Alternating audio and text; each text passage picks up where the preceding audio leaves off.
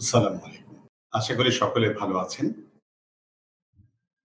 আমি ওবায়দুল্লাহ চৌধুরী, মার্চ ফরওয়ার্ডের আ সিইও। আমি আজকে আপনাদের সাথে লাইভে এসেছি ৪৪তম বিসিএস প্রিলিমিনারি সম্পর্কে কথা বলার জন্য। প্রতি বছরই আমাদের এখানে বিসিএস পরীক্ষা হয়। প্রতি বছরই বিসিএস পরীক্ষার সার্কুলার হয় এবং আমাদের অসংখ্য তরুণ গ্র্যাজুয়েট সেই পরীক্ষার জন্য কম্পিটিশন করেন এবং সেখানে একটা দীর্ঘ পরিক্রমা, বিসিএস প্রিলিমিনারি পরীক্ষা, বিসিএস লিখিত পরীক্ষা, বিসিএস ভাইভা পরীক্ষা, সব পরীক্ষার বৈতরণী পার হওয়ার পর তার মধ্যে অল্প সংখ্যক সফল ক্যান্ডিডেট, অল্প সংখ্যক প্রার্থী শেষ পর্যন্ত বাংলাদেশ সিভিল সার্ভিসে গৌরবজনক কাজ করার সুযোগ পেয়ে থাকে। তো এই বিসিএস পরীক্ষা নিয়ে স্বভাবতই আমাদের তরুণদের আগ্রহ অনেক বেশি। আমরা সকলেই জানি বাংলাদেশ একটি জনবহুল দেশ এবং বাংলাদেশের যে অর্থনৈতিক অবস্থা সেই অবস্থার প্রেক্ষিতে এবং জনসংখ্যাধিক্যের কারণে আমাদের দেশে সরকারি চাকরি অনেকটা সোনার হরিণের সাথে সিনোনিমাস হিসেবে ব্যবহৃত থাকে। তো এই সোনার হরিণ পাওয়ার জন্য, এই চাকরি পাওয়ার জন্য আমাদের তরুণ সম্প্রদায়ের আগ্রহটি, তাদের যে আকুলতা, এটা স্বভাবতই একটা স্বাভাবিক বিষয়। আমরা প্রায়শই যখন বিসিএস পরীক্ষা হয় গণমাধ্যমে বা বিভিন্ন পর্যায় থেকে বিসিএস পরীক্ষার ক্যান্ডিডেট নিয়ে কথা বলতে শুনি, এটা প্রশ্ন নিয়ে কথা বলতে শুনি, অনেক ধরনের উদ্যোগ আয়োজন চলে, এটা নিয়ে অনেক আলোচনা হয়, অনেক ধরনের উৎকণ্ঠা থাকে এবং শেষ পর্যন্ত আমাদের যারা বিসিএস প্রার্থী তাদেরকে এই শোরগোলের মধ্যেই সামনের দিকে এগিয়ে যেতে হয় তাদের প্রত্যাশিত বিসিএস ক্যাডার অফিসার হওয়ার স্বপ্ন বাস্তবায়নের লক্ষ্যে। মার্চ ফরওয়ার্ড, আপনারা অনেকেই ইতোমধ্যে এই বাংলাদেশে গত বছরে প্রতিষ্ঠিত অনলাইন প্রেক্ষাপটে, আমাদের করোনার প্রেক্ষাপটে একটি অনলাইন গণমাধ্যম, অনলাইন শিক্ষা মাধ্যম, যেটি সারা বাংলাদেশের তরুণ তরুণীদের, বিশেষ করে চাকরি প্রত্যাশীদেরকে তাদের চাকরি পাওয়ার ক্ষেত্রে একটি সহায়ক প্রতিষ্ঠান হিসেবে কাজ করে এবং এটার স্লোগানটি হচ্ছে ফ্রি কোচিং। এবং এখানে প্রত্যেকটি কোর্স, অনেকগুলো কোর্স আছে, সবগুলো কোর্সই ফ্রি করার সুযোগ আছে এবং যারা টাকা দিতে চান, দিয়ে করতে চান, তাদের কাছ থেকে আমরা টাকা নিই না। কেবল ক্ষেত্র বিশেষে কোর্স ফি কোনো একটা ১০০ টাকা, ২০০ টাকা, ৫০০ টাকা, ইভেন আমাদের সবচেয়ে বেশি ফি হচ্ছে বিসিএস প্রিলিমিনারি, বিসিএস লিখিত কোর্সগুলোতে, সেগুলোতেও সর্বোচ্চ হচ্ছে ১,০০০ টাকা। তো মার্চ ফরওয়ার্ড আপনাদের জন্য অনেকগুলো কোর্স নিয়ে এসছে, তার মধ্যেই প্রধান কোর্স আমাদের মার্চ ফরওয়ার্ডের নামের মধ্যেই নিহিত আছে, march forward free coaching for BCS and others. That means BCS হচ্ছে আমাদের প্রধান ফোকাস। আমরা সবগুলো বিষয়কেই আমাদের তরুণ চাকরি প্রত্যাশীদের জন্য, তরুণ স্বপ্নবাজদের জন্য এবং চাকরি এবং উদ্যোক্তা, ব্যবসা সকল দিক থেকেই আমরা অনেকগুলো কোর্স পরিচালনা করি এবং আমাদের কর্মপরিকল্পনায় আছে অদূর ভবিষ্যতে এই কোর্সগুলোকে আরো বেশি ব্যাপকতা দিয়ে আমরা যেন আমাদের তরুণ সমাজের একটি বড় অংশকে সুযোগ সুবিধার আওতায় আনতে পারি, তাদেরকে বেটার এডুকেশন প্রাপ্তির ক্ষেত্রে, তাদেরকে বেটার ট্রেনিং পাওয়ার ক্ষেত্রে, বেটার কনসালটেন্সি পাওয়ার ক্ষেত্রে এবং বিশেষ করে তারা যেন তাদের আয়ের জন্য একটা উপযুক্ত মাধ্যম তৈরি করে নিতে পারে, সেই ক্ষেত্রে মার্চ ফরওয়ার্ড অনেক বেশি সহযোগিতা করে, অনেক বেশি সচেতন থাকে। তো এরই একটি অংশ হিসেবে আমাদের বিসিএসটি হচ্ছে আমাদের অন্যতম প্রধান একটি প্রোগ্রাম। এই প্রোগ্রামে আমি আপনাদের সবাইকে এই প্রোগ্রাম সম্পর্কে তথ্য শেয়ার করার জন্য মার্চ ফরওয়ার্ডের সকল যারা বিসিএস প্রত্যাশী আছেন তাদের সবাইকেই আহ্বান জানাচ্ছি। আপনাদের সকলকে বলবো আমার যে আলোচনাটা হবে এই আলোচনাটি আপনারা একটু শেয়ার করবেন, আপনাদের টাইমলাইনে শেয়ার করবেন, আপনাদের বন্ধু বান্ধবকে প্লিজ নাম মেনশন করবেন এবং যারা আমার সাথে এখন আছেন, যারা এখন পেজে আমার সাথে কানেক্টেড আছেন, তাদেরকে বলবো আপনারা নিজেরা নিজেদের অবস্থান থেকে আপনারা কে কোথা থেকে করছেন এটা একটু প্লিজ আমাকে একটু জানাবেন। একটা হচ্ছে নিজের প্রতিষ্ঠান সম্পর্কে জানাতে পারেন, কোথা থেকে পড়ালেখা করছেন, কোন পর্যায়ে আছেন, অথবা কোন হোম ডিস্ট্রিক্ট আপনার জেলাটা আপনি উল্লেখ করতে পারেন। এটা এই জন্য কারণ মার্চ ফরওয়ার্ডের একটি লক্ষ্য হচ্ছে ঢাকা, চট্টগ্রাম, খুলনা, রাজশাহী, এই যে বড় বড় বিভাগীয় শহর কেন্দ্রিক যে সুযোগের প্রতুলতা, বিশেষ করে এডুকেশন, কনসালটেন্সি, ট্রেনিং যেগুলো অনেক বেশি পায়, সেই সুযোগটাকে শুধুমাত্র শহুরে ছেলে মেয়েদের জন্য না রেখে সারা বাংলাদেশে গ্রামে গঞ্জে মফস্বলে ছড়িয়ে ছিটিয়ে থাকা আমাদের তরুণী বন্ধু বান্ধবরা যেন সেই সুযোগগুলো পায়, সেটাকে এনহান্স করা, সেটাকে ত্বরান্বিত করা। সুতরাং থ্যাংক ইউ ফারুক আহমেদ, ওয়ালাইকুম আসসালাম। অনিরুজ্জামান খান, ওয়ালাইকুম আসসালাম। আদিবা মেহজাবিন, ওয়ালাইকুম আসসালাম। টাঙ্গাইল থেকে আমাদের নূর বলছেন। আব্দুল্লাহ আল নাহিন, থ্যাংক ইউ চুয়াডাঙ্গা থেকে বিজ্ঞান ও প্রযুক্তি বিশ্ববিদ্যালয়ের ছাত্র। কারিমা আক্তার বরিশাল থেকে। সাইফুল হাসান, ওয়ালাইকুম আসসালাম। জামালপুর থেকে আছে এম এ হোসাইন। মাহমুদুর রহমান ঝিনাইদহ থেকে। ফারুক লালমনিরহাট। আপনারা সকলেই, আমি চেষ্টা করবো আপনাদেরকে, এটা হয় কি ইন্টারাকশনটা ভালো হয় এবং আমাদের যে একটা গুরুত্বপূর্ণ লক্ষ্য, আমরা চাচ্ছি রিয়েলি সুবিধা বঞ্চিত যারা, তারা যেন আমাদের এই কোর্সটা, এই সুবিধাগুলো তারা পায়, যাতে ঢাকার ছেলেমেয়েদের সাথে, চট্টগ্রামের ছেলেমেয়েদের সাথে, আরবান এরিয়াতে যারা বসবাস করে তাদের সাথে যে কোনো ধরনের কম্পিটিশনে সে নিজেকে প্রস্তুত রাখে এবং কম্পিটিশনে তার নিজের অবস্থানটা তৈরি করে নিতে সক্ষম হয়। বাইজিদ আহমেদ, জাহিদ, ওয়ালাইকুম ইসলাম। ব্রাহ্মণবাড়িয়া প্রিন্স অধিকারী ঝিনাইদহ থেকে। Barsha, Nadira Parvin Barsha Manikganj, very good. চট্টগ্রাম থেকেও আছেন Partha Pratim Nath, Farzana Sweety, very good, thank you. Fisheries university, animal science ইউনিভার্সিটিতে 3rd ইয়ারে পড়েন চট্টগ্রামে। Bepari, thank you. MD Aman Chittagong থেকে আছেন। আপনারা আপনাদের বন্ধুকে একটু প্লিজ নামগুলো একটু মেনশন করবেন। আপনাদের বিশেষ করে ভাই বোন বন্ধুরা যারা 2nd ইয়ার 3rd ইয়ার 4th ইয়ারে আছেন তাদেরকে একটু জানাবেন, কারণ আমরা বিসিএস নিয়ে আমাদের মূল আলোচনাটা হবে। প্রসঙ্গক্রমে আমরা হয়তো 2-1টা বিষয় ক্যারিয়ার টিপস আপনাদেরকে দিতে পারি। আমাদের অনেকে ভুল সময়ে গিয়ে বিসিএস এর প্রস্তুতি শুরু করি। আমার আলোচনায় আমি চেষ্টা করব সেটা হচ্ছে আসলে এক্সাক্ট টাইমটা কখন আমাদের শুরু করতে হবে। কারণ যারা বিশেষ করে সিভিল সার্ভিসে যায়, যারা বিশেষ করে কাঠামোবদ্ধ চাকরিতে যায়, তাদের জন্য বয়স হচ্ছে অনেক গুরুত্বপূর্ণ একটা ফ্যাক্টর। আপনি দেখবেন অনেকেই কম বয়সে চাকরিতে ঢুকে সে অনেকদিন চাকরি করতে পারে, তার চাকরির ব্যাপ্তি অনেকদিন বেশি হয়, যার ফলে সে সরকারের বড় বড় পদগুলোতে সে অবস্থান নিতে পারে, পজিশন নিতে পারে, সে যেতে পারে। আবার অনেকেই অজ্ঞানতা বশত, অসচেতনতা ভেতর বেশিরভাগ বয়সে চাকরিতে ঢুকে বা প্রিপারেশনের ঘাটতির কারণে এবং সে বেশি দিন চাকরি করতে পারে না, যার ফলে সে সরকারের অনেক বড় বড় পোস্টগুলোতে যাওয়া তার জন্য অনেক বেশি কঠিন হয়ে যায়। সুতরাং আমি আপনাদের সবাইকে বলবো, আপনাদের বিশেষ করে ছোট ভাই বোন যারা আছে, আপনার ইয়াঙ্গার ব্রাদার্স সিস্টার্স যারা আছে এবং বন্ধুরা যারা, আপনারা আপনাদের শুভাকাঙ্ক্ষী তাদেরকে পৌঁছাবেন। আমরা বারবার আমাদের আলোচনাগুলোকে শেয়ার করতে বলি, নাম মেনশন করতে বলি। এটার মূল কারণ হচ্ছে তারা যেন আমাদের এই সার্ভিসের আওতায় যেন তারা আসে, তারাও যেন জানে যে ফ্রি কোচিং করার সুবিধা আছে। 10,000 টাকা 12,000 টাকা যেগুলো অফলাইনে বিভিন্ন কমার্শিয়াল প্রতিষ্ঠানগুলো নেই, সেই কোচিং পুরোপুরি সুবিধাটা আপনি পাচ্ছেন এখানে ফ্রি অফ কস্ট, অথবা 500 টাকা 1,000 টাকা সামর্থ্য অনুযায়ী আমাদের যে কোর্সের জন্য যেটি নির্ধারণ করা দেওয়া হয়েছে সেটা, যে সুবিধাটা আপনি পাচ্ছেন।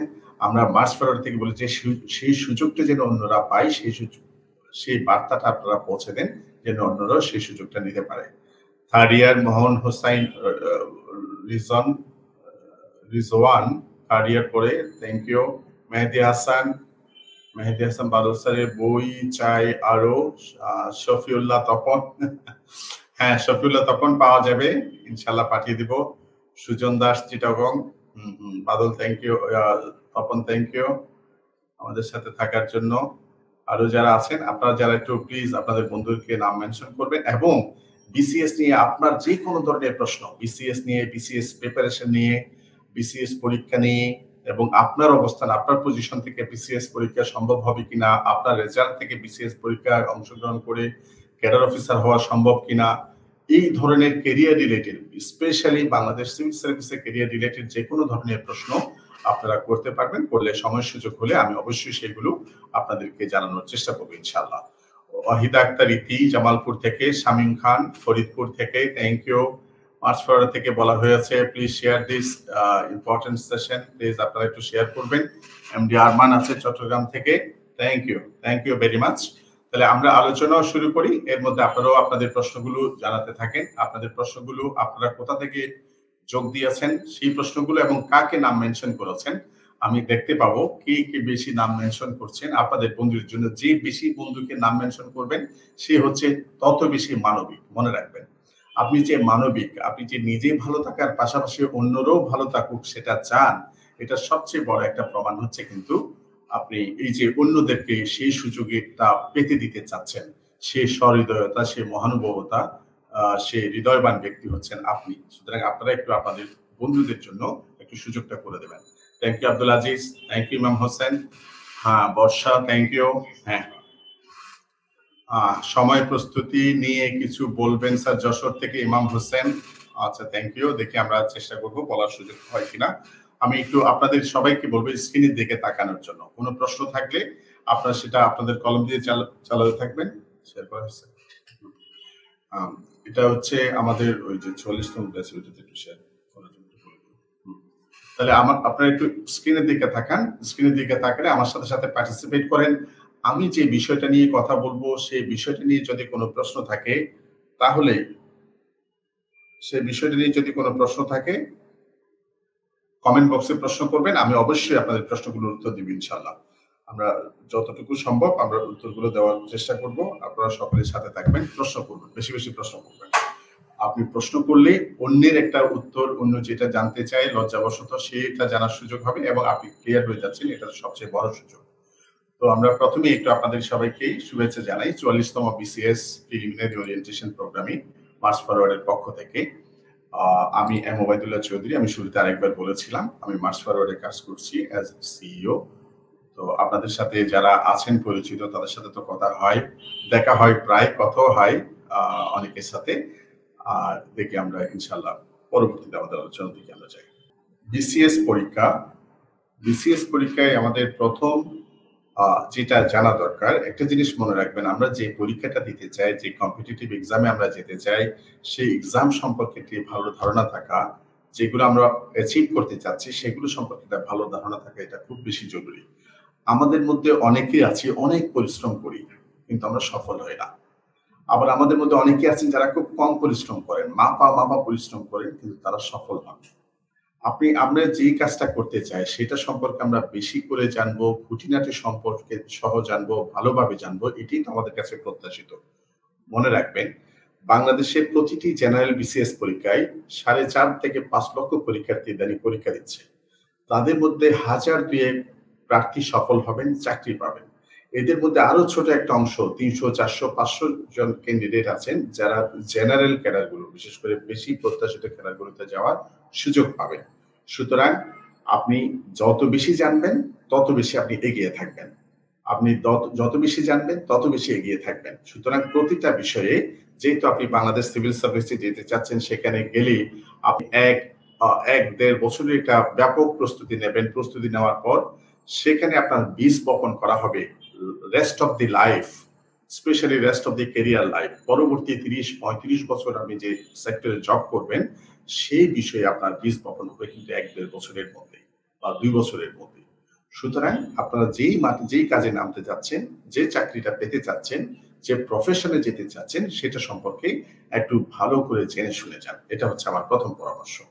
বাংলাদেশ সিভিল সার্ভিস, আমরা বিসিএস পরীক্ষা সকলে জানি। বিসিএস পরীক্ষা মানে কি? বিসিএস মানে কি? বিসিএস মানে হচ্ছে বাংলাদেশ সিভিল সার্ভিস। এই বাংলাদেশ সিভিল সার্ভিসের আপনি দেখবেন অনেক ধরনের বইতেই বাংলাটা করে দেওয়া হয়েছে সরাসরি বাংলাদেশ সিভিল সার্ভিস নামে। আবার কোন কোন বইতে সিভিল শব্দটাকে অনেকভাবে বানান অর্থ করে দেওয়া হয়েছে, যেগুলো অনেক বেশি দুর্বোধ্য অথবা যথার্থ নয়। বাংলাদেশ সিভিল সার্ভিসের একটি যথার্থ মিনিং আমি আপনাদেরকে বলে দিচ্ছি, আপনারা একটু সেটা জেনে নেন, একটু নোট করে রাখবেন, অথবা আমি যেটা দিচ্ছি সেখান থেকে ছবি তুলে রাখবেন। আপনারা বাংলাদেশ সিভিল সার্ভিসের বাংলা অর্থ হচ্ছে বাংলাদেশ সুশীল সেবা। আমি আবারও বলছি, বাংলাদেশ সুশীল সেবা। এই যে বাংলাদেশ সিভিল সার্ভিসে আমরা চাকরি করার জন্য যদি প্রস্তুতি নিতে চাই, অগ্রসর হতে চাই, আমরা এই পথে যদি পদক্ষেপ রাখতে চাই, আমাদের প্রথম কাজ হচ্ছে বিসিএস সম্পর্কে ভালো করে জানা। তাহলে বিসিএস এর অর্থটা কি? আমি বলছি বাংলাদেশ সুশীল সেবা। আপনারাও নিজেরা মনে মনে নিজেদের ঠোঁট দিয়ে নিজেরাই বলুন বাংলাদেশ সুশীল সেবা। আপনি যতবার এটা বলবেন তত এটা মনে থাকবে। আমি এমন হয়েছে অফলাইনে অনেক জায়গায় সেমিনার ওরিয়েন্টেশনে গিয়েছি, সেখানে জিজ্ঞেস করেছি বাংলাদেশ সিভিল সার্ভিসের বাংলা কি? অনেকে সরকারি কর্ম কমিশন বলে দেয়। বাংলাদেশ সিভিল সার্ভিসের বাংলা কি? বাংলাদেশ সিভিল সার্ভিস বলে দেয়। এটা একটা সুন্দর যথার্থ একটা বাংলা শব্দ, খুবই মিনিংফুল, খুবই বিউটিফুল একটা মিনিং হচ্ছে বাংলাদেশ সুশীল সেবা। বাংলাদেশ সিভিল সার্ভিস এটা কি? এটি কি একটি পরীক্ষার নাম নাকি এটা একটা সার্ভিসের নাম? খুব একটা ইন্টারেস্টিং বিষয়, একটু খেয়াল করেন। বাংলাদেশ সিভিল সার্ভিস এটা একটি একই সাথে চাকরি, আবার একই সাথে একটি সেবার নাম বা চাকরির নাম। বিসিএস হচ্ছে মূলত একটা service. BCS is the name of N examine, is the name of a service. Bangladesh civil service হলো একটা সেবার নাম। যেমন আমি আপনাদেরকে বলি, আমরা বলি কি করিম সাহেব এনজিওতে কাজ করেন, রহিম সাহেব ব্যাংকে কাজ করেন, আবার ধরেন আরেকজনকে আমরা বলছি যে তিনি মাল্টিন্যাশনাল কোম্পানিতে জব করেন, রাহাত সাহেব বাংলাদেশ সিভিল সার্ভিসে জব করেন। তাহলে বিসিএস হচ্ছে কিন্তু আসলে একটা চাকরির নাম, এটা একটা সার্ভিসের নাম বিসিএস। আবার আমাদের দেশে এই সার্ভিসে ঢুকতে হলে একটা পরীক্ষা, একটা মাধ্যম হয়ে সেই সার্ভিসে ঢুকতে হয়, সেই পরীক্ষাটার নামও কিন্তু বিসিএস পরীক্ষা। তার মানে আমরা বলতে পারি BCS it is the name of an examination as well as it is the name of a service. মূলত বিসিএস হলো একটা সার্ভিসের নাম, বাংলাদেশ সিভিল সার্ভিস। তাহলে আমরা যে সার্ভিসটাতে ঢুকবো সেটার নাম হলো, আমরা প্রথমেই বলেছি বাংলাদেশ সিভিল সার্ভিস, সেটার একটি সুন্দর অর্থ হচ্ছে বাংলাদেশ সুশীল সেবা। এবং বাংলাদেশ সিভিল সার্ভিস আমরা সবাই মনে রাখবো, আমাদের তরুণ বন্ধুরা যারা সামনে বিসিএস পরীক্ষা দিতে যাচ্ছেন অথবা যারা দিচ্ছেন বিভিন্ন পর্যায়ে প্রিলি, রিটেন, ভাইভা ক্যান্ডিডেট, তারা সকলে মনে রাখবেন বিসিএস হচ্ছে একটা সেবার নাম বা চাকরির নাম। এখানে একটু দেখেন, আমরা যারা বিসিএস পরীক্ষা দিই তারা সকলেই, thank you Mahmuda Rana, thank you Delwar Hossain, thank you Khairuzzaman, Bangladesh Sushil Seba, Keramat Ali, ধন্যবাদ ভাই, থ্যাংক ইউ। হ্যাঁ, জানাবো ইনশাল্লাহ কেরামত আলী। হ্যাঁ, তাহলে আমরা একটু খেয়াল করেন, ক্যাডার, আমরা সকলেই চাই বিসিএস ক্যাডার হতে। সকলে মানে আমরা যারা বিসিএস পরীক্ষা দিই সকলে একটা তীব্র আগ্রহ। আমরা যখন জিজ্ঞেস করি তুমি কি হতে চাও, সে বলে আমি ক্যাডার হতে চাই। তুমি কি হতে চাও? ক্যাডার হতে চাই। ক্যাডার শব্দ এটা কি? এটা কোন ভাষার শব্দ? আমি মজা করে অনেক সময় জিজ্ঞেস করি এটা কি বাংলা ভাষার শব্দ নাকি ইংরেজি ভাষার শব্দ? তখন অনেকে বলে স্যার এটা হচ্ছে ইংরেজি ভাষার শব্দ। ক্যাডার কিন্তু ইংরেজি ভাষার শব্দ নয়, মনে রাখবেন। এটাও কিন্তু পাবলিক সার্ভিস কমিশনের একটি পরীক্ষার একটি প্রশ্ন। ক্যাডার শব্দটি কোন ভাষার শব্দ? আমরা ক্যাডার শব্দটা দুটি ভাষায় পাই, এটা ফ্রেঞ্চ ল্যাঙ্গুয়েজেও পাওয়া যায়, আবার ল্যাটিন ল্যাঙ্গুয়েজেও পাওয়া যায়। তাহলে এখন থেকে, আজকে থেকে আমরা মনে রাখবো, এই যে যারা শুনছেন আমার সাথে আলোচনাটা, তারা মনে মনে মুখে মুখে বলুন ক্যাডার। ক্যাডার এটা একটা ফ্রেঞ্চ ল্যাঙ্গুয়েজ, ফ্রেঞ্চ ওয়ার্ড, আবার এটা অ্যাজ ওয়েল এস এটি ল্যাটিন ওয়ার্ড। এই ক্যাডার শব্দের অর্থ কি? এই ক্যাডার সম্পর্কে শব্দের অর্থ আমরা অনেকে বলছি ক্যাডার হবো। এই ক্যাডার মানে কি জানতে চাইলে আবার বোকার মতো হয়ে তাকিয়ে থাকি প্রশ্নকর্তার দিকে। আমরা একটু এই ক্যাডার শব্দের বাংলাটা খুব একটা বিদঘুটে বাংলা। এটাকে বাংলাদেশের বিভিন্ন বইতে পদালি বলা হয়েছে, আমি লিখে দিয়েছি, আপনারা আমার স্ক্রিনে দেখলে বুঝতে পারবেন। পদালি, একটু শব্দটা মনে মনে আপনারা আমার সাথে বলেন, পদালি, যিনি পদে বসে কাজ করেন। আমি আবারও বলছি, ইনকামবেন্ট একটা শব্দ আছে ইংরেজিতে, ইনকামবেন্ট, যিনি চলতি দায়িত্বে কাজ করেন, যিনি পদে বসে কাজ করেন। তার মানে যিনি কাজ করেন তিনি একটা পদকে রিপ্রেজেন্ট করেন, দ্যাট ইজ হোয়াই এটাকে বলা হয় পদালি। তাহলে আপনারা একটু খেয়াল করেন, সবাই মুখে মুখে বলেন ক্যাডার হচ্ছে দুটি ভাষা থেকে পাওয়া যায়। ফ্রেঞ্চ ভাষায় এই শব্দটি আছে, অ্যাজ ওয়েল এস এই শব্দটি আছে আবার ল্যাটিন ভাষায়। ক্যাডার শব্দের একটা অর্থ, একটা সাদামাটা অর্থ আমরা বলতে পারি, সেটা হচ্ছে পদালি। এখন এই যে বিসিএস পরীক্ষা আমাদের হয়, বিসিএস পরীক্ষাটা কারা নেয়?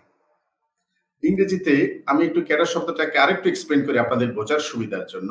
ক্যাডার মানে হচ্ছে পদালি। Khadija Akter, Shampa, thank you. আপনারা যারা যেটা জানছেন, যে তথ্যটি নতুন জানছেন বলে মনে হয়, সেই তথ্যটি লিখে দেন, সেই তথ্যটি আপনি কমেন্ট আকারে লিখেন। মনে রাখবেন, কিছু একটা মনে রাখার জন্য একটি সেরা মাধ্যম, আমরা সে প্রাইমারি স্কুল থেকে জানি, কিছু একটা মনে রাখতে চাইলে সেটা লিখে রাখা ভালো, লিখে রাখলে মনে থাকে বেশি। কিছু একটা মনে রাখতে চাইলে সেটা হচ্ছে আপনি আরেকজনকে বলেন, আরেকজনকে বলতে পারলে আপনার মনে থাকে বেশি। আপনি যে কমেন্টে লিখলেন, কেউ এটা ইয়েস নো করলো, কেউ রিয়াক্ট দিল, এই যে আপনার মধ্যে একটা অ্যাকশন হলো, এটা কিন্তু আপনাকে ওই শব্দ সম্পর্কে মনে রাখার ক্ষেত্রে সহায়ক হিসেবে কাজ করবে। ক্যাডার শব্দটাকে বোঝার জন্য এই যে পদালি আমরা বললাম, থ্যাংক ইউ শহীদুল, আমরা যেটা পদালি বললাম এটাকে ইংরেজিতে আমরা একটা সেন্টেন্স দিয়ে বোঝাতে পারি। ক্যাডার, যদি কারো কাগজ কলম থাকে একটু লিখে নেবেন, অথবা যারা পারেন কমেন্টে শুনে শুনে একটু কমেন্টে লিখবেন। Cadre means a group of people for specific purpose. যারা শুনছেন, যাদের মনে থাকে, যাদের মেমোরি পাওয়ার ভালো, যারা কথা শুনতে শুনতে মোবাইলে বা ল্যাপটপে লিখতে পারেন, তারা চাইলে প্র্যাকটিস করতে পারেন কমেন্টে। Cadre means a group of trained people for specific purpose. Cadre হলো সুনির্দিষ্ট লক্ষ্য অর্জনের জন্য একটি প্রশিক্ষিত জনগোষ্ঠী। ক্যাডার হলো এক সুনির্দিষ্ট লক্ষ্য অর্জনের জন্য একটি প্রশিক্ষিত জনগোষ্ঠী। আমি আবারও বলছি, ক্যাডার হলো কোনো সুনির্দিষ্ট লক্ষ্য অর্জনের জন্য প্রশিক্ষিত একটি জনগোষ্ঠী। ইংরেজিটা আবার একটু শুনেন। Cadre means a group of trained people for specific purpose. তাহলে আমরা দেখলাম ক্যাডার শব্দের অর্থ হচ্ছে বাংলা। ক্যাডার এটা হচ্ছে একটা ফ্রেঞ্চ ভাষার শব্দ। ক্যাডার এটা হচ্ছে একটা ল্যাটিন ভাষায়ও পাওয়া যায়। তাহলে একটু খেয়াল করেন তো, ক্যাডারের অর্থ আমরা জানলাম, ক্যাডার কোন ভাষার শব্দ সেটা আমরা জানলাম। একটু কোন ভাষার আপনারা কি জেনেছেন একটু লিখবেন, কয়েকজন একটু লিখেন তো এটা কোন ভাষার শব্দ দেখি। আমি যা আপনাদেরকে বলেছি, যা আপনাদেরকে তথ্য দিয়েছি, সেটা আপনারা ঠিক মতো যদি যারা নিতে পেরেছেন মনে করেন, তারা একটু ইন্টারেক্ট করুন, আপনারা কমেন্টে লিখে দিন। আমি আপনাদেরকে প্রশ্ন করছি, পাবলিক সার্ভিস কমিশনেরই একটি প্রশ্ন, ক্যাডার শব্দটি কোন ভাষার শব্দ? যারা পারেন, যারা শুনেছেন, যারা বুঝেছেন লিখে দেন। আপনারা অনেকেই বলেছেন ক্যাডার শব্দের অর্থ হচ্ছে পদালি, ভেরি গুড, তারা ভালোভাবেই লিখেছেন। ক্যাডার এই পর্যন্ত বাংলাদেশে পদালি হিসেবে বলা হয়। আমি একটা ইংরেজি ডেফিনিশন দিয়েছি ক্যাডার শব্দের, সেটা হচ্ছে Azizul Haque Abbasi, thank you very much. France বা ল্যাটিন ভাষা শহীদুল আলম বলেছেন। মোহাম্মদ শামীম আহমেদ লিখেছেন cadre means a group of trained people for specific. Thank you very much, congratulations Mohammad Shamim Ahmed. এটা অনেকেই পারেনি, আপনি পেরেছেন।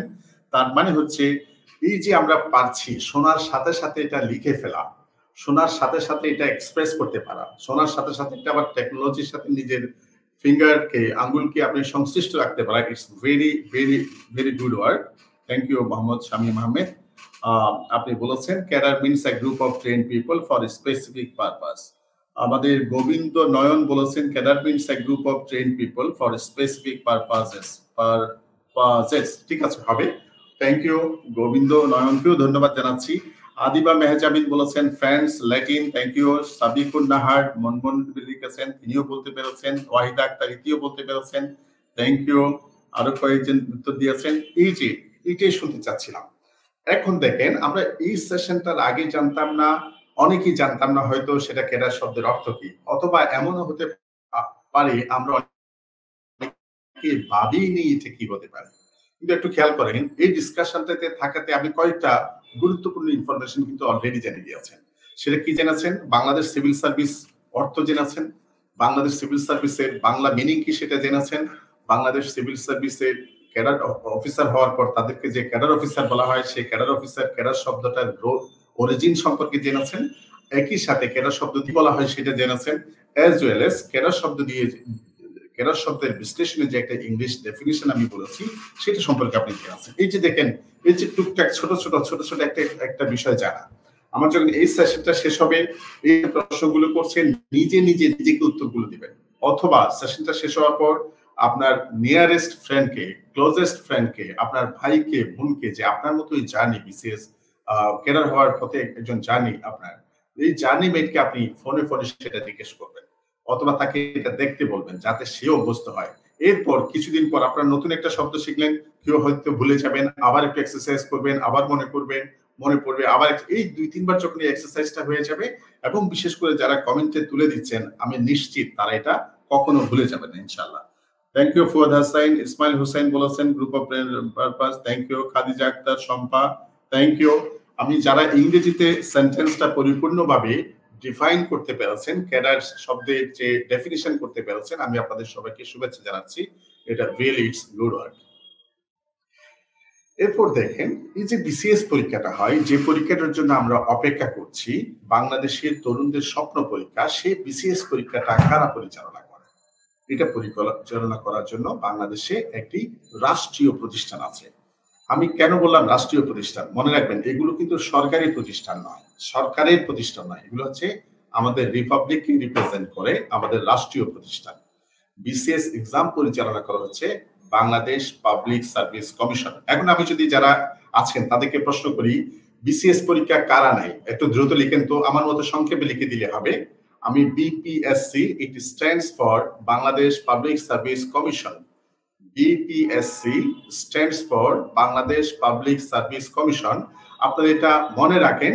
আর আমি যদি বলি যে বিসিএস পরীক্ষা কারা নেয়, আপনারা দ্রুত কমেন্টে একটু লিখে দেন বিসিএস পরীক্ষাটা আসলে কারা নেয়, লিখেন তো। এই যে ছোট ছোট বিষয়গুলো জানা, এই যে এভরি স্মল লিটল স্টেপ, এটা কিন্তু আপনাকে একটা পরিপূর্ণতার দিকে নিয়ে যাবে। হ্যাঁ, ভেরি গুড। শহীদুল আলম বলেছেন, ইসমাইল বলেছেন BPSC, thank you. Shahidul Alam পুরোটাই বলে দিয়েছেন Bangladesh public service commission. Prince Adhikari বলেছেন, ওয়াহিদা ইতি, থ্যাংক ইউ। গোবিন্দ বলেছেন Bangladesh public service commission, yes. এই যে এঙ্গেজমেন্ট একটু খেয়াল করেন, এই যে আপনি এই যে ছোট ছোট গল্পের মাধ্যমে, ছোট ছোট কথার মাধ্যমে আমরা বিষয়গুলো জানছি, ইন্টারাকশন করছি, এটা very good. Fuad Hasan, thank you. সাংবিধানিক প্রতিষ্ঠান বলেছেন মঞ্জুরুল ইসলাম, সাংবিধানিক, হ্যাঁ অবশ্যই এটা আমাদের একটা বাংলাদেশ সাংবিধানিক প্রতিষ্ঠান। Bangladesh public service commission Bangladesh রাষ্ট্রের জনগণের সেবার জন্য যে কর্মী বাহিনী নিয়োগ করে, যে কর্মী বাহিনী বাছাই করে, নিয়োগ পরীক্ষার বিজ্ঞাপন দেয়, তাদেরকে বিভিন্ন ধরনের পরীক্ষা নেওয়ার পর তাদের মেধা যাচাই করে মৌখিক পরীক্ষা নিয়ে, প্রিলিমিনারি ভাইবার পরে মৌখিক পরীক্ষা নেওয়া, তাদের সবকিছু যখন ঠিক থাকে তারা রিকমেন্ড করে। পাবলিক সার্ভিস কমিশনের প্রধান কাজ হচ্ছে কর্মচারী নিয়োগের জন্য সুপারিশ করা। এই যে কর্মচারী নিয়োগ করবে তাদের বাছাইয়ের জন্য বিজ্ঞাপন দেওয়া, তাদের পরীক্ষা নেওয়া এবং তাদের পরীক্ষায় তাদের পারফরমেন্স দেখে অ্যাকর্ডিং টু মেরিট। 2-3 বছর আগে আমাদের ছিল মেরিট এবং কোটা, আলহামদুলিল্লাহ এখন আমাদের কোটা সিস্টেমটা প্রযোজ্য নয় বাংলাদেশে, বিশেষ করে বিসিএস পরীক্ষার জন্য। তো সেখানে according to merit, only merit is the determiner here. এই মেরিট যাচাই করার পর Bangladesh public service commission recommend করে এদেরকে নিয়োগ দেওয়ার জন্য। অনেকেই সেই সঠিক উত্তরগুলো দিতে পেরেছেন। আরিফ আছেন, মোহাম্মদ আহমেদ আছেন, মুর্শিদুল আলম আছেন, সাবিকুর নাহার মনমুন আছেন, থ্যাংক ইউ। আপনারা খুবই চমৎকার উত্তর দিয়েছেন। তাহলে একটু খেয়াল করেন, বিসিএস এক্সাম পরিচালনা করা হচ্ছে বিপিএসসি তথা বাংলাদেশ পাবলিক সার্ভিস কমিশন। এটার বাংলাটা একটু খেয়াল করেন, এখানে লেখা আছে বাংলাদেশ সরকারি কর্ম কমিশন, সরি বাংলাদেশ সরকারি কর্ম কমিশন আছে এখানে, একটু আপনারা একটু দেখে নেন। বাংলাদেশ কর্ম কমিশন, বাংলাদেশ কর্ম কমিশন। এরপর হচ্ছে ক্যাডার অফিসার। একটু খেয়াল করেন, বিসিএস পরীক্ষায় যে বিসিএস পরীক্ষা হয়, বিসিএস পরীক্ষার মাধ্যমে বাংলাদেশ সরকার কতগুলো cadre officer, Bangladesh public service commission cadre officer হিসেবে মনোনয়ন দেয়। আপনারা কেউ কি জানেন, যারা শুনছেন আমার বন্ধুরা, বিসিএস ক্যাডার কয় ধরনের হয়? যারা পারেন, এই যে খুরশিদা আছেন, কালো দল আছেন, ওয়ালাইকুম আসসালাম, নাসরিন জাহান আছেন, ওয়ালাইকুম আসসালাম, যারা আছেন, সাবিকুর নাহার, ব্যাপারী, সালমা ব্যাপারী, যদি আপনারা জানেন একটু উত্তর করেন তো, বিসিএস ক্যাডার কয় ধরনের হয়? কয় ধরনের? How many types of Bangladesh civil service cadre officers? কেউ কি জানেন? যদি পেরে থাকেন, যদি জানেন বলেন। একজন বলেছেন 27, ফুয়াদ হোসাইন বলেছেন 27, থ্যাংক ইউ। ইসমাইল হোসাইন আরিফ বলেছেন 26, পবিত্র সরকার বলেছেন 2 টাইপস, জেরিন চৌধুরী বলেছেন 2 টাইপস, সুমাইয়া ইসলাম বলেছেন 27। আপনারা লিখে দেন দেখি, দ্রুত লিখেন তো দেখি কারা বলবেন 2 টাইপস বলেছেন। কোথায় 2টা, কোথায় 26টা, কোথায় 28টা, কোথায় 27টা? এত বেশি ডিফারেন্স হয় কিভাবে সম্ভব? একটু দেখেন, যারা পারেন খুব দ্রুত একেবারে একটা শব্দে 27, 2, 24, 28, 26 অনেকে লিখেছেন। একটু খেয়াল করেন, এগুলো কিন্তু আপনি যারা ইভেন অগ্রজ যারা পরীক্ষা দিচ্ছেন তাদের সাথে আপনি দেখবেন, এই যে কথা বলতে গেলে এই যে খুঁটিনাটি বিষয় ইন ডিটেইলস জানা, যে বিষয়টি সম্পর্কে, এটা অনেক বেশি গুরুত্বপূর্ণ। বিসিএস ক্যাডার অফিসার কয় ধরনের হয়? বিসিএস ক্যাডার অফিসার হয়, যারা সঠিক উত্তর দিতে পেরেছেন তাদের সবাইকে আমি ধন্যবাদ দিচ্ছি। অনেকে চেষ্টা করছেন, এখনো লিখে যাচ্ছেন। একজন বলছেন সরকারি এবং বেসরকারি, Rita Akter, thank you response করার জন্য। না রিতা, সরকারি এবং বেসরকারি নয়, আমরা যারা সিভিল সার্ভিসের ক্যাডার অফিসার হন তারা হচ্ছে both general cadre, both and general, both cadre মানে কি? হ্যাঁ, তারপরে বলছেন 26, 27, 28, ও হ্যাঁ, হ্যাঁ, হ্যাঁ, ২ অনেক আচ্ছা ঠিক আছে। এখন আমি সঠিক উত্তরটি আপনাদের বলে দিচ্ছি। আপনারা একটু স্ক্রিনের দিকে তাকান। স্ক্রিনের দিকে তাকিয়ে দেখেন ক্যাডার অফিসার হয় ২ ধরনের। শুধু বাংলাদেশে নয়, মনে রাখবেন পৃথিবীর সকল দেশেই ক্যাডার অফিসাররা ২ ধরনের হয়। একটা ধরনের নাম হচ্ছে আ বোথ না, বোথ কোন টাইপ না মনে রাখবেন। ক্যাডার অফিসার ২ ধরনের হয়। একটা হচ্ছে জেনারেল ক্যাডার ক্যান্ডিডেট আরেকটা হচ্ছে প্রফেশনাল বা টেকনিক্যাল ক্যাডার। এই যে আমার সাথে আপনারা আছেন, মনে, মনে আপনারা বলেন। এই যে আপনারা যদি অফলাইনে থাকতেন, আমার সাথে ক্লাসরুমে থাকতেন, তাহলে তো আমি মুখে আপনাদেরকে দিয়ে কোরাস করাতাম। এখন যেহেতু সেটা সম্ভব নয়, আপনার নিজের মনে থাকে মতো ভুলে যান ২৬ টি, ভুলে যান ২৭ টি, ভুলে যান ২৮ টি। ক্যাডার হচ্ছে ২ ধরনের হয়। একটা নাম্বার হচ্ছে জেনারেল ক্যাডার। মুখে, মুখে বলুন। আপনি যে যেখানে আছেন, আপনার পড়ার টেবিলে, বিছানায় বসে আছেন, পথের ধারে আছেন, যেভাবেই থাকেন আপনি মুখে, মুখে বলেন। ক্যাডার অফিসার ২ ধরনের হয়। প্রথম হচ্ছে জেনারেল ক্যাডার, দ্বিতীয় হচ্ছে প্রফেশনাল বা টেকনিক্যাল ক্যাডার। এই যে ২ ধরনের হয়, তাহলে আমাদের অনেকের দেখেন ভুল ভেঙে গেল। আমরা যারা জানতাম ২৬ ধরনের ক্যাডার আছে, ২৭ ধরনের ক্যাডার আছে, ২৮ ধরনের ক্যাডার আছে, একটা ভ্রান্তি, একটা ভুল আমার কিন্তু রিমুভ হয়ে গেল। এটা দূর হয়ে গেল। একটু খেয়াল করেন। তাহলে এই যে সেশনটাতে যোগ দেওয়ার ফলে যেটা হলো, আপনি দেখবেন just after completing this session, এই সেশনটা শেষ হওয়ার পরে আপনি আপনার বন্ধুরা যারা বিসিএস পরীক্ষা দিচ্ছে তাদের সাথে একটু ওভার ফোন, ওভার মেসেঞ্জার বা আপনার যেভাবে কমিউনিকেশন টুলস যেগুলো আছে সেগুলো ইউজ করে আপনি দেখেন তাদেরকে জিজ্ঞেস করেন তারা কি বলতে পারে। এটা হচ্ছে বিসিএস ক্যাডার। আমি আপনাদেরকে ক্লিয়ার করে দিলাম ২ ধরনের হয়। একটি হচ্ছে জেনারেল ক্যাডার আর একটা হচ্ছে প্রফেশনাল বা টেকনিক্যাল ক্যাডার। এখন যারা কেউ, কেউ বোথ ক্যাডার বলেছেন, আসলে বিষয়টা হচ্ছে এটা হচ্ছে প্রার্থী হওয়ার ক্ষেত্রে। প্রার্থী হওয়ার ক্ষেত্রে আমরা কেউ শুধু জেনারেল ক্যাডার প্রার্থী হতে পারি, কেউ আবার প্রফেশনাল টেকনিক্যাল ক্যাডার হতে পারি শুধু। আবার কেউ, কেউ ২ টাতেই আমরা প্রার্থিতা ঘোষণা করতে পারি। তখন আমরা সেটাকে বলি বোথ ক্যাডার ক্যান্ডিডেট। কিন্তু আসলে বিসিএস ক্যাডার অফিসার হচ্ছে ২ ধরনের। এবার দেখেন আরেকটি প্রশ্ন আমি আপনাদেরকে একটু বলে দিই। আমি সম্ভবত আপনাদেরকে মাঝে মধ্যেই আমার স্ক্রিন সরিয়ে প্রশ্ন ফাঁসও করে দিচ্ছি। এটা ওপেন বুক এক্সামের মতো। আমার পরবর্তী প্রশ্ন আমার বন্ধুরা যারা শুনছেন একটু বলুন তো যে আমি লাইনে দেখতে পাচ্ছি জান্নাত আছেন, মঞ্জুরুল ইসলাম সংসপ্তক আছেন, নাসরিন জাহান আছেন, রাজু তালুকদার আছেন, শফিকুর রহমান, আব্দুল্লাহ নোমান অনেকে দেখতে পাচ্ছি। একটু বলেন তো বিসিএস ক্যাডার ২ ধরনের হয় এটা আমরা জানলাম। বিসিএস ক্যাডারের পদ কয়টি? এতক্ষণ বললাম যে টাইপস অফ ক্যাডার অফিসার্স। আমি আবারও বলছি টাইপস অফ ক্যাডার অফিসার্স। এখন আমি আপনাদেরকে একটা প্রশ্ন করলাম, আপনারা যারা পারবেন তারা উত্তর দেন। বিসিএস ক্যাডারের পদ কয়টি? How many posts in Bangladesh civil service? Bangladesh civil সার্ভিসে কয়টি ক্যাডার পদ আছে? এই যে আমরা কয়েকজন উত্তর পেয়ে গেলাম। Very good. একজন বলেছেন হ্যাঁ, thank you very much. Fuad 26, Sabikun Nahar 26। এটা কি আপনারা আগে থেকেই জানতেন নাকি ওই যে স্ক্রিন সরে যাওয়ার কারণে আপনি প্রশ্ন ফাঁস হওয়ার কারণে পেরেছেন? আশা করি যে আপনারা আগে থেকেই জানতেন। আর যারা জানতেন না তাও সমস্যা নাই। এই ধরনের সেশনগুলোতে তো আমরা যোগ দিই যাতে আমরা জানি, আমরা তথ্যগুলো জানতে পারি। আমাদের ভুল থাকলে সেটা কারেকশন হয় অথবা যে আমরা আলাপ আলোচনার মাধ্যমে অধিকতর সঠিক তথ্যে পৌঁছানোর চেষ্টা করি। Thank you. অনেকেই বলছেন Raju Talukdar 26. Thank you very much. Okay, very good. Jannat বলেছেন 26। Thank you. আমরা আমাদের পেজটাতে একটু দেখে নিই কয়টা।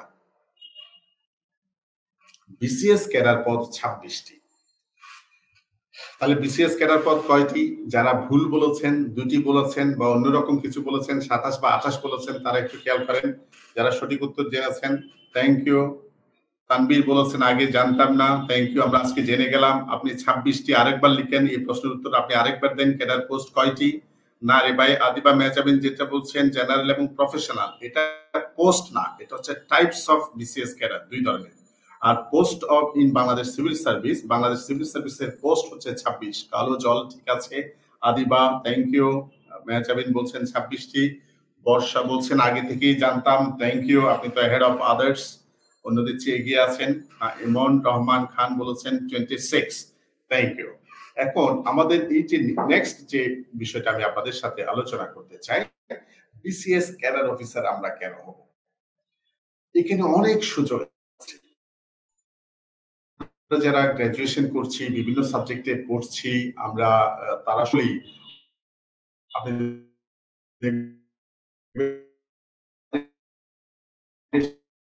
সামনে অনেক সুযোগের আহ্বান। আমরা একটু শুনতে। আমি যখন আপনাদেরকে বলি আপনাদের সাথে ইনশাআল্লাহ আল্লাহ বাঁচিয়ে রাখলে সুযোগ হলে আবার আরো কথা হবে। আপনাদের অন্যদের বন্ধুদের সাথে কথা হবে, আপনাদের জুনিয়র ভাই বোনদের সাথে কথা হবে। আপনি আপনার মাথায় কি আছে? Why wanna আপনি কেন বিসিএস ক্যাডার অফিসার হতে চাচ্ছেন? একটু কাইন্ডলি বলবেন? একজন বলেছেন থ্যাংক ইউ, থ্যাংক ইউ। আচ্ছা কাদিজা আপনার জন্য শুভেচ্ছা না বৃষ্টি আশা করি আপনার শব্দ শোনার ক্ষেত্রে সমস্যা করবে না। আপনারা কেন বিসিএস ক্যাডার অফিসার হতে চান? যারা আমার সাথে আছেন অনলাইন প্রোগ্রামে আমার সেশনে আছেন তারা কি একটু লিখবেন এক বাক্যে আপনি কেন বিসিএস ক্যাডার অফিসার হতে চান? মনে রাখবেন সবসময় নিজে কেন হতে চান সেটার উপরে গুরুত্ব দিবেন। অন্যে কেন হতে চায় সেটাকে গুরুত্ব দেবেন না। এই যে নিজে কেন হতে চান আপনারা কি উত্তর করবেন কেউ? যারা ২-৩ টা শব্দে যারা ভালো মোবাইলে লিখতে পারে, এটা কি বলে? টাইপ করতে পারে, টাইপও যাদের এক্সপার্টাইজ খুব ভালো, তারা যদি ১টা-২টা লাইনে বা ২-৪টা-৫টা শব্দে যদি বলতেন, আপনি কেন বিসিএস ক্যাডার অফিসার হতে চাচ্ছেন? বর্ষা লিখতে পারেন, আদিবা লিখতে পারেন। একজন বলেছেন মোহাম্মদ শামীম আহমেদ। শামীম আহমেদ খুবই অ্যাক্টিভ, খুবই ভালো। Thank you very much. উনি বলছেন দেশের সেবা করার সুযোগ রয়েছে। এখন কেউ তো বলতে পারে যে অন্যান্য ক্ষেত্রেও দেশের সেবা করার সুযোগ আছে। আমি একটা বই পড়েছিলাম ইস্পাত। সেই ইস্পাতের ভূমিকায় লেখক লিখেছিলেন একজন যদি তার দেশকে সেবা করতে চায় সে অতিরিক্ত একটি দেয়াশলাইয়ের কাঠি না জ্বালিয়েও তার দেশকে সেবা করতে পারে। আপনি দেখেন আপনি দেয়াশলাইয়ের কাঠি জ্বালালেন আপনার গ্যাসের চুলা বা আগুন ধরানোর জন্য কাঠে। আপনি অনেকে দেখবেন একটার পর একটা করে ভেঙে গেলে সেটা ইউজ না করে নতুন একটা দেয়াশলাইয়ের কাঠি সে খরচ করে। ইস্পাতের লেখক বলছেন আপনি যদি আপনার দেশকে সেবা করতে চান, আপনার দেশের মানুষকে সেবা করতে চান, অতিরিক্ত একটি দেয়াশলাইয়ের কাঠি খরচ না করেও সেভ করার মাধ্যমে কিন্তু আপনি আপনার জাতিকে সেবা করতে পারেন। সুতরাং দেশকে সেবা করার জন্য আরো মাধ্যম আছে। আপনার কেন মনে হলো যে শুধু এটাই আপনার একমাত্র মাধ্যম বা সেরা মাধ্যম কেন মনে হলো? আপনি কি বলবেন? একজন বলেছেন এম এ হোসাইন বলেছেন I want to be a respected person and work for country.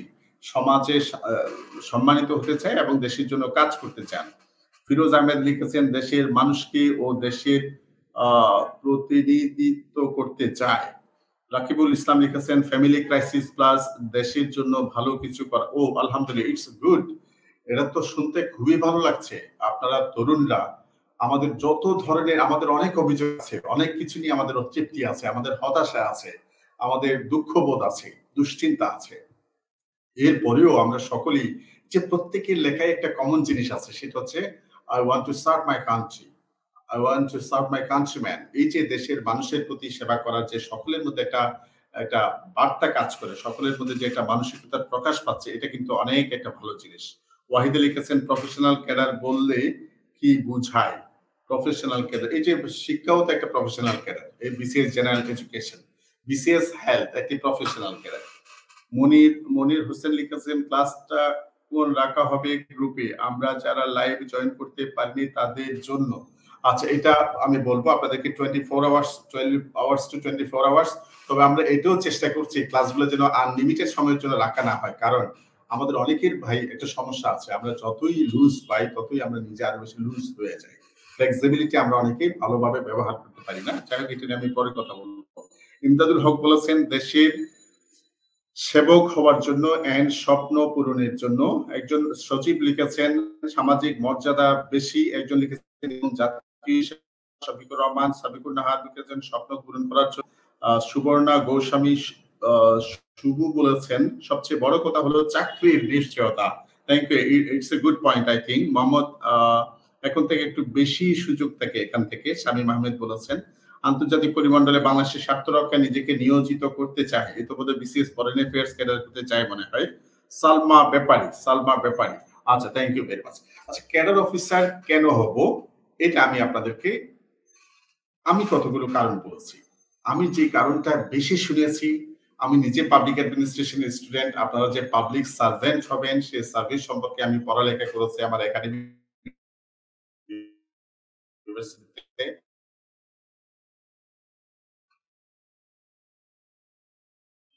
সুতরাং আমি আমার স্টাডি থেকে যেটা সম্পর্কে পড়ে এবং বিশেষ করে গত প্রায় 15 বছর আমাদের দেশের আপনাদের মতো অসংখ্য তরুণীর সাথে মিশে আমি যেটাকে 4-5টা একটা তালিকা করেছি কেন আমি বিসিএস ক্যাডার অফিসার হতে চাই, কেন বা আমি বিসিএস ক্যাডার অফিসার হব। নাম্বার 1 আপনি একটু মিলিয়ে নিতে পারেন। এগুলো কারোর জন্য 1 নাম্বারটা হয়ে যাবে ফার্স্ট, আর কারোর জন্য 5 নাম্বারটা হয়ে যাবে প্রথম, কারোর জন্য 3 নাম্বারটা হবে প্রথম। তবে ঘুরে ফিরে আমি যে 5টা আপনাদেরকে বললাম, আপনারা একটু এগুলো মাথায় ঢুকিয়ে রাখেন, আপনারা একটু মনে রাখবেন। তখন আপনাদের কোনো জায়গায় প্রশ্ন হলে উত্তর দিতে সুবিধা হবে, ভাবতে সুবিধা হবে এবং শেয়ারিং এর ক্ষেত্রে আপনি অনেক বেশি সুযোগ নিতে পারবেন, অ্যাডভান্স থাকবেন। এর মধ্যে প্রথমটাই হচ্ছে 1 নাম্বার হচ্ছে পার্মানেন্ট জব।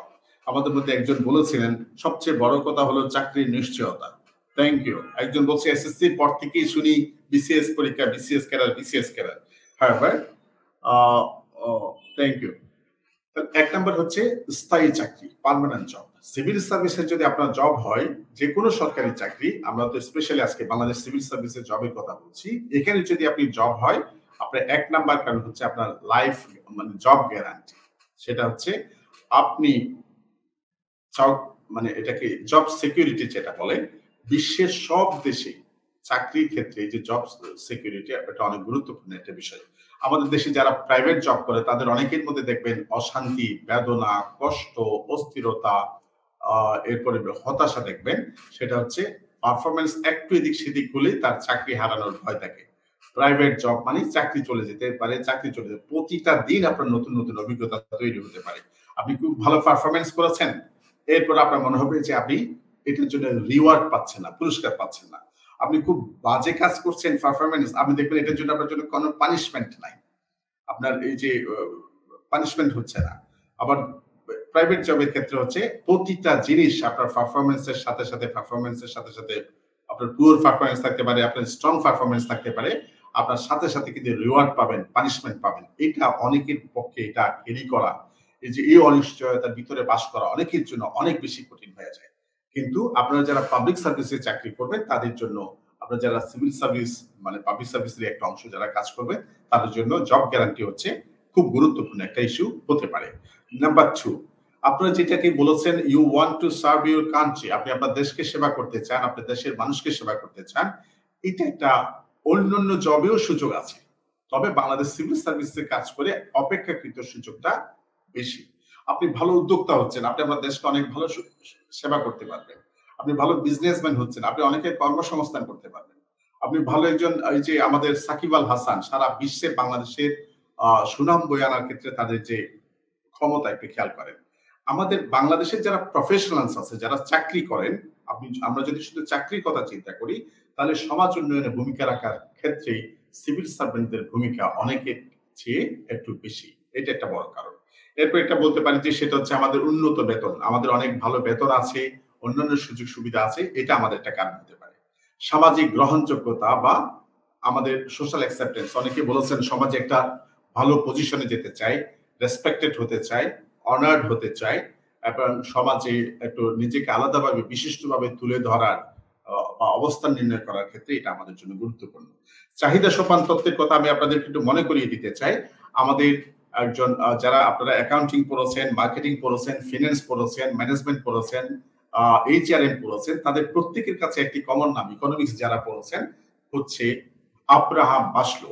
আব্রাহাম মাসলোর একটা খুবই আলোচিত থিওরি আছে, মানুষের চাহিদা কি উনি একটা তত্ত্বের মাধ্যমে, হায়ারার্কি নেক্সট থিওরি বলে একটি তত্ত্বের মাধ্যমে উনি ব্যাখ্যা করেছেন। মানুষ প্রথমে চায় তার বায়োলজিক্যাল নিডস থাকে, মানুষের প্রথম চাহিদা, এরপর তার সোশ্যাল নিড তৈরি হয়, এরপর সেফটি নিড তৈরি হয়, এরপর তার সোশ্যাল নিড তৈরি হয়, এভাবে হতে হতে তার সর্বশেষ সেলফ অ্যাকচুয়ালাইজেশন, আত্মতৃপ্তির একটা জায়গায় সে পৌঁছাতে চায়। এই যে বায়োলজিক্যাল নিড, সেফটি নিডের পরে আমাদের সমাজে এই যে সিভিল সার্ভিস হতে যাওয়ার জন্য চাহিদা সোপান গুরুত্বপূর্ণ, কারণ যারা এটা সম্পর্কে জানেন তারা একটু ভালো এটা বলতে পারবেন। এরপর আমি আপনাদেরকে একটা প্রশ্ন করতে চাই, যারা আমার সাথে অনলাইনে কানেক্টেড আছেন, বর্তমানে সেশনে লাইভে আছেন, আপনারা কে কোন অফিসার, কোন ক্যাডার অফিসার হতে চান একটু লিখবেন। কে বিসিএস ক্যাডার অফিসার হতে চাচ্ছেন, অ্যাডমিনিস্ট্রেশন ক্যাডার হতে চাচ্ছেন, কে বিসিএস পুলিশ অফিসার হতে চাচ্ছেন, কে বিসিএস বিসিএস কাস্টমস ক্যাডার কে হতে চাচ্ছেন একটু লিখবেন। ফিরোজ আছেন, জেরিন ভাইজান আছেন, কবিরাজ মোহাম্মদ মাহমুদ রহমান আছেন, বায়েজিদ আহমেদ জাহিদ আছেন, থ্যাংক ইউ। আপনারা কে কোন ক্যাডার হতে চান একটু লিখুন তো, আমি একটু শুনতে চাই আপনাদের মনের মধ্যে কি আছে। একটু ফিরোজ আহমেদ খুব টুক করে লিখে ফেললেন অ্যাডমিনিস্ট্রেশন ক্যাডার। অ্যাডমিন কোথাও লিখবেন না, এটা হচ্ছে অ্যাডমিনিস্ট্রেশন, বলবেন বিসিএস অ্যাডমিনিস্ট্রেশন। ফুয়াদ লিখেছে BCS administration, very good. Fuad পুরোটা লিখেছে। বিসিএস সবসময় বিসিএসটা ক্যাপিটাল ব্লক লেটারে লিখবেন, বিসিএস লিখবেন। অ্যাডমিনিস্ট্রেশন ক্যাডার বলেছেন ফিরোজ রহমান, বলেছেন হুসাইন অ্যাডমিনিস্ট্রেশন ক্যাডার। আরে অ্যাডমিনিস্ট্রেশন ক্যাডার তো দেখি জয় জয়কার অবস্থা। সাবরিনা ওয়াহিদ বলেছেন অ্যাডমিনিস্ট্রেশন ক্যাডার। সাবিকুন নাহার বলেছেন সাধারণ শিক্ষা। সাবিকুন নাহারের সাবজেক্ট একটু লিখে দেবেন কমেন্টে। সাবিকুন নাহারের সাবজেক্ট একটু লিখে দেবেন। আফসানা তানজিল বলেছেন এডুকেশন ক্যাডার। কোন সাবজেক্টের ভাই? একজন বলছে প্রশাসন ও শিক্ষা। ওকে দুইটা ক্যাডার একসাথে হতে চাই? বোধ ক্যাডার প্রার্থী হওয়া যায়, কিন্তু বোধ ক্যাডার একই সাথে হওয়া যায় না। প্রশাসন ক্যাডার আপনি একটা ক্যাডারের নাম লিখেন, আমি দুইটা চাচ্ছি না, বিকল্পও চাচ্ছি না, একটা ক্যাডার। আমি একটু দেখতে চাই আপনাদের পছন্দ লিস্টে কি আছে।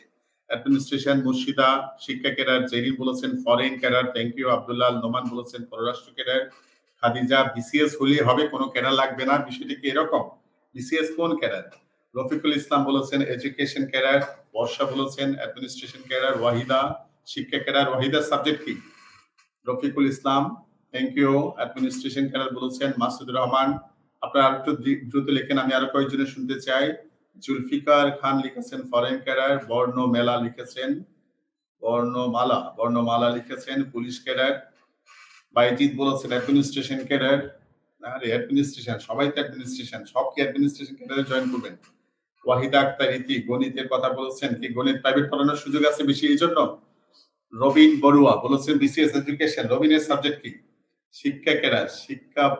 শিক্ষা ভূঁইয়ার সাবজেক্ট কি? বোটানি। আফসানা বলেছেন বোটানির এডুকেশন ক্যাডারে যেতে চায়। আচ্ছা, ভেরি গুড। গোস্বামী শুরু বলেছেন বিসিএস অ্যাডমিনিস্ট্রেশন ক্যাডার। আচ্ছা, থ্যাংক ইউ ভেরি মাচ। আর কেউ লিখবেন? মোর্শেদ লিখেছেন অ্যাডমিনিস্ট্রেশন ক্যাডার। এমদাদুল হক আনসার ক্যাডার। হ্যাঁ, আগে যদি ক্যাডার যদি একাধিক হয়, বোধ ক্যাডার প্রার্থী হন, তাহলে সেক্ষেত্রে আপনারা জেনারেল ক্যাডার গুলো আগে প্লেস করবেন। যেমন একজন এডুকেশন ও আনসার, এটা না, এটা হবে আনসার ও এডুকেশন।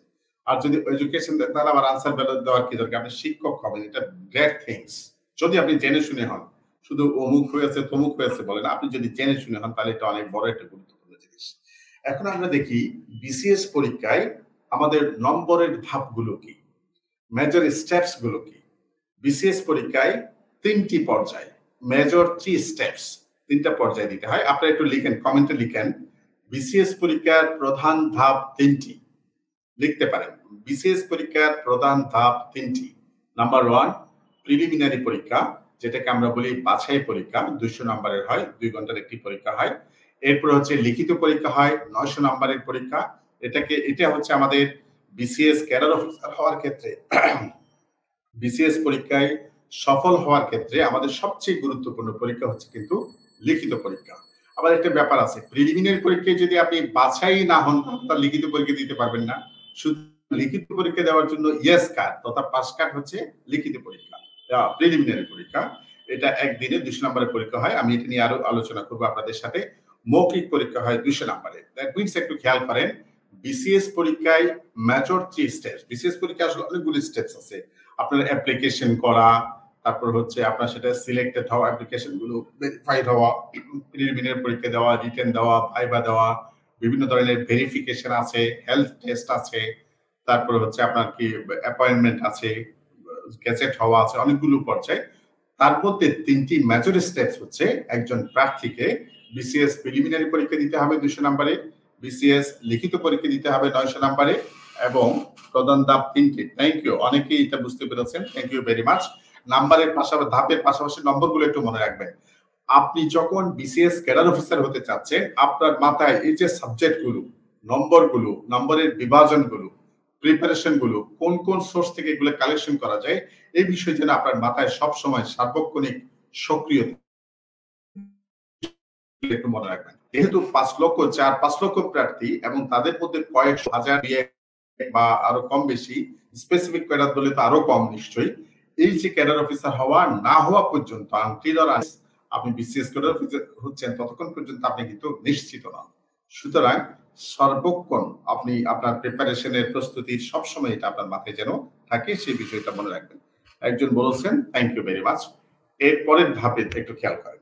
এরপরে যে পয়েন্টটি আমি আপনাদের সাথে একটু শেয়ার করতে চাই, আলোচনা করতে চাই, সেটা হচ্ছে বিসিএস প্রিলিমিনারি পরীক্ষার বিষয়। আপনারা কি কেউ একটু লিখবেন আপনাদের কমেন্টে, বিসিএস প্রিলিমিনারি পরীক্ষায় কয়টি বিষয় থাকে? How many subjects for preliminary examinations? মনে রাখবেন সাবজেক্টটা কিন্তু বাংলা নয়, সাবজেক্টটা হচ্ছে, একটু একটু লিখতে পারেন কমেন্টে, বাংলা ভাষা ও সাহিত্য। আমি আবারও বলছি, বিসিএস প্রিলিমিনারি পরীক্ষা আমাদের যে 10টি সাবজেক্টে পরীক্ষা দিতে হবে, তার মধ্যে প্রথম সাবজেক্টটি হচ্ছে বাংলা ভাষা ও সাহিত্য। 2 নম্বর সাবজেক্ট হচ্ছে বাংলা ভাষা ও সাহিত্য। 2 নম্বর সাবজেক্ট হচ্ছে ইংরেজি ভাষা ও সাহিত্য। আমাদের কোনো কোনো বন্ধু লিখে দিচ্ছেন সে হচ্ছে বাংলা ইংরেজি। না, বাংলা ইংরেজি সাবজেক্ট নয়, বাংলা ইংরেজি সাবজেক্ট নয়। প্রথম সাবজেক্টটা হচ্ছে বাংলা ভাষা ও সাহিত্য। 2 নম্বর সাবজেক্টটি হচ্ছে ইংরেজি ভাষা ও সাহিত্য। 3 নম্বর সাবজেক্ট হচ্ছে বাংলাদেশ বিষয়াবলী। আমাদের দেখেন, আমরা বিসিএস পরীক্ষায় যে সাবজেক্টগুলো দিই, বাংলা ভাষা ও সাহিত্যে 35 মার্কস, সবচেয়ে বেশি মার্কস। ইংরেজি ভাষা ও সাহিত্যে দেখেন 35 মার্কস, সবচেয়ে বেশি মার্কস। এরপরে সবচেয়ে বরাদ্দ নাম্বার হচ্ছে বাংলাদেশ বিষয়াবলী। বাংলাদেশ বিষয়াবলীতে আমাদের নম্বর বরাদ্দ হচ্ছে 30 মার্কস। আন্তর্জাতিক বিষয়াবলীতে আমাদের 20 মার্কস বরাদ্দ। এরপর হচ্ছে আন্তর্জাতিক বিষয়াবলীতে 20 মার্কস বরাদ্দ। এরপর হচ্ছে গাণিতিক যুক্তি 15 মার্কস, মানসিক দক্ষতা 15 marks, general science 15 marks, computer ও তথ্য, ভূগোল, নৈতিকতা বিষয় আছে 10 মার্কস, এবং নৈতিকতা, মূল্যবোধ ও সুশাসন এই সাবজেক্টটা নিয়ে আছে 10 মার্কস। অর্থাৎ টোটাল 200 মার্কসের আমাদের প্রিলিমিনারি পরীক্ষা দিতে হবে। এই 200 মার্কসের প্রিলিমিনারি পরীক্ষার মধ্যে আমাদেরকে, আমরা যদি 35তম বিসিএস এর পর থেকে এখন পর্যন্ত দেখি, দেখা যাচ্ছে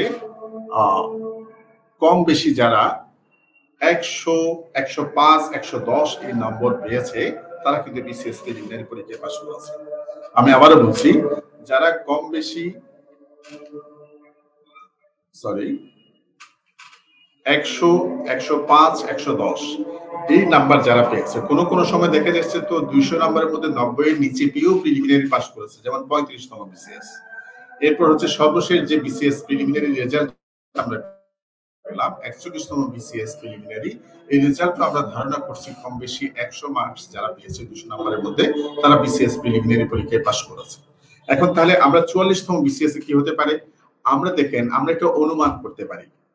আমরা তো জানি না 44তম বিসিএস এর প্রশ্ন কেমন হবে, 44তম বিসিএস এর পাস মার্ক কত হতে পারে, কাট মার্ক হতে পারে, এই বিষয়ে আমাদের কোনো ধারণা নেই। তবে মানুষ যে অনুমান করে, ভবিষ্যৎ যে অনুমান করে, সেটার ভিত্তি হচ্ছে তার পূর্ব অভিজ্ঞতা।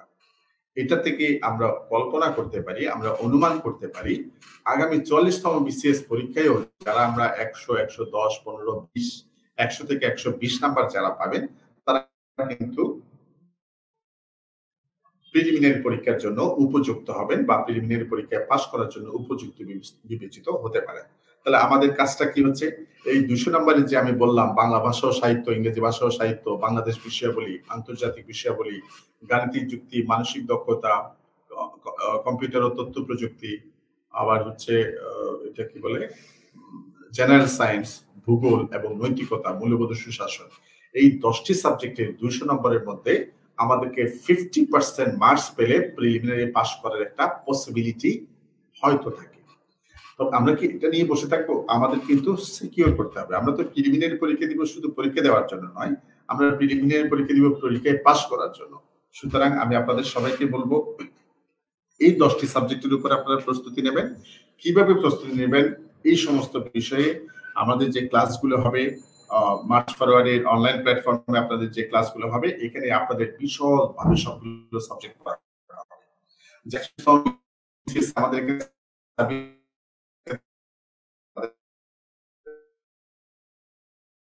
থেকে যে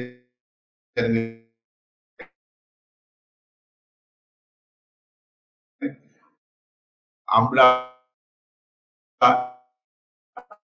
অফলাইনেও যেটা আমরা কখনো মেনটেন করা টাফ হয়ে যায় অফলাইনে। কিন্তু অনেক সুযোগ এই যে আমরা করোনা দেখেন, করোনা আমাদের অনেকের জন্য অভিসম্পাদ হিসেবে আসছে। আমার করোনা অনেক সুযোগও কিন্তু মানব সমাজের জন্য উন্মুক্ত করে দিয়েছে, তুলে দিয়েছে। তাহলে সেটা অনলাইনে একটা সুযোগ আমরা তো কাজে লাগাবোই। এই কাজে লাগানোর ক্ষেত্রে আমরা কি করতে পারি সেটা নিয়ে আমরা একটু বলি। মার্চ ফরওয়ার্ড বিসিএস কিভাবে পরিচালনা করে বা করবে। যারা আছেন, যারা সাবজেক্ট গুলো আশা করি সবাই শুনে নিয়েছেন। মাঝখানে কিছুক্ষণ আমাদের টেকনিক্যাল প্রবলেম ছিল, সেটা যে রাজু তালুকদার বলছে প্রবলেম হলে তো বুঝতেই পারবো না যদি ক্লাস এমন হয়। ভাই কিছু জিনিসের উপরে আপনারও নিয়ন্ত্রণ নাই, আমি নিয়ন্ত্রণ নাই, কারণ নাই। তো আমরা আশা করবো যে যেহেতু ডিজিটাল বাংলাদেশের যে স্লোগান আমাদের সমাজে হয়েছিল 2008-9 সাল থেকে শুরু করে, সেই স্লোগানকে বুস্ট আপ করেছে কিন্তু করোনা, আপনি খেয়াল করবেন। এবং আপনি দেখবেন এখন সবচেয়ে বেশি নেটওয়ার্ক নিয়ে, এমবি খরচ নিয়ে অনেক বেশি আলোচনা হয়। তার মানে কি সমাধানের জন্য এই যে আমাদের ন্যাশনাল যে কারিকুলাম এডুকেশন সিস্টেম, এই সিস্টেমটাকে আরো ভালো করার জন্য সারা বাংলাদেশে নেটওয়ার্ক ডেভেলপমেন্ট নিয়ে কিন্তু অনেক সোচ্চার কথাবার্তা হচ্ছে। এরপরে তো আমরা তো বিকল্প শুনেন, মানুষ যখন সমস্যায় পড়ে সেই বিকল্পগুলো অবলম্বন করে এবং সেগুলো ধরে সে কিন্তু সার্ভাইভ করে যায়। মার্চ ফরওয়ার্ড বিসিএস প্রিলিমিনারি পরীক্ষা আপনাদের কি করবে আমি একটু সংক্ষেপে আপনাদেরকে বলতে চাই। সেটা হচ্ছে মার্চ ফরওয়ার্ড আপনাদেরকে 100টি ক্লাস দেবে বিসিএস প্রিলিমিনারি পরীক্ষায়, 100টি ক্লাস। এর মধ্যে 80টি ক্লাস হচ্ছে মূল ক্লাস, 20 ক্লাস হবে বেসিক ক্লাস। এবং 44তম বিসিএস এই যে আজকে ওরিয়েন্টেশন হচ্ছে, এরপরে যতই ক্লাস হবে প্রতি ক্লাসে আপনি একটি পরীক্ষা দিতে পারবেন, ক্লাস টেস্ট দিতে পারবেন। যে ক্লাসটি যেদিন হবে সেই ক্লাসটি, ধরেন প্রথম ক্লাস আপনার হলো, দ্বিতীয় ক্লাস যেদিন হবে সেদিন আপনি প্রথম ক্লাসের উপরে একটা পরীক্ষা দেবেন। এটা আপনার ক্লাসের শুরুতে হতে পারে, ক্লাসের শেষে হতে পারে। আমাদের সফটওয়্যার বা আমাদের অ্যাপসে যেভাবে আমরা ম্যানেজ করেছি এটা আপনারা দেখে নেবেন। প্রতিদিন you have a class, that means you have a class test. এটা কিন্তু একটা একেবারে রেগুলার। এরপর এখানে প্রচুর এক্সামস আপনাদের আছে। এই এক্সামস গুলো কিরকম হতে পারে একটু দেখেন।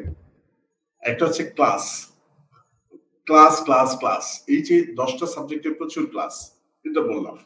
প্রতিটা ক্লাসে আপনার ক্লাস টেস্টের কথা বললাম। বিষয় ভিত্তিক ক্লাস, বিষয় ভিত্তিক কি ক্লাস? বিষয় ভিত্তিক ক্লাস এই যে আমি আজকে নিচ্ছি ওরিয়েন্টেশন, এটাও কিন্তু আপনাদের একটা গাইডলাইন ক্লাস। বিষয়ভিত্তিক ক্লাস কি? কোনোদিন বাংলা ভাষা ও সাহিত্যের ক্লাস হবে, কখনো ইংরেজি ভাষা ও সাহিত্যের ক্লাস হবে, কখনো সাধারণ জ্ঞানের ক্লাস হবে, গাণিতিক যুক্তি ক্লাস হবে, মানসিক দক্ষতা ক্লাস হবে। প্রতিটা সাবজেক্টে পর্যাপ্ত ক্লাস থাকার কারণে আমরা আশা করি প্রতিটা বিষয়েই হ্যাঁ আপনি একটা পাবেন। রুটিন বিষয়ে আমি কথা বলবো, টেনশন করার দরকার নেই, রুটিন আমি কথা বলবো, আমি অল্প সময় আপনাদের। বিষয়ভিত্তিক ক্লাস গুলোর সাথে সাথে আপনার পড়বে ক্লাস টেস্ট, লেকচার শিট। যারা আমাদের এখানে রেজিস্ট্রেশন করবেন প্রত্যেকেই ক্লাসের সাথে সাথে একটি পিডিএফ লেকচার শিট পাবেন। এটাকে আমরা বলি যে ক্লাসের শর্ট ভার্সন পিডিএফ ফাইল। আমি আবার বলছি, ক্লাসে শর্ট ভার্সন পিডিএফ ফাইল। যে ক্লাসটা হবে এটার একটা আমাদের দুইটা ফাইল থাকে পিডিএফ। একটা হচ্ছে শর্ট ভার্সন, এটা হচ্ছে যারা রেজিস্ট্রেশন করেছে ক্লাস যেদিন হবে সেদিন সাথে সাথে পেয়ে যাবে। আমাদের অ্যাপসে এই পিডিএফ গুলো দেওয়া থাকবে, আপনারা অ্যাপসে পড়ে নিতে পারবেন, ওয়েবসাইট থেকে সেটা ডাউনলোড করতে পারবেন। আবার পাশাপাশি আছে যারা চান যে কোর্স ম্যাটেরিয়াল গুলো, আমাদের যে লেকচার হয়, লেকচার শিট গুলো, লেকচারের ফুল কন্টেন্ট গুলো পেতে চান, তারা মাত্র 1000 টাকা দিয়ে 7টি বই, লেকচার শিটে 7টি বই, মানে 100টি লেকচার শিট থাকবে 7টি বই আকারে, এগুলো মাত্র 1000 টাকা। টোটাল সাবজেক্ট আমাদের সবগুলো ক্লাসে কন্টেন্ট 1000 টাকা দিয়ে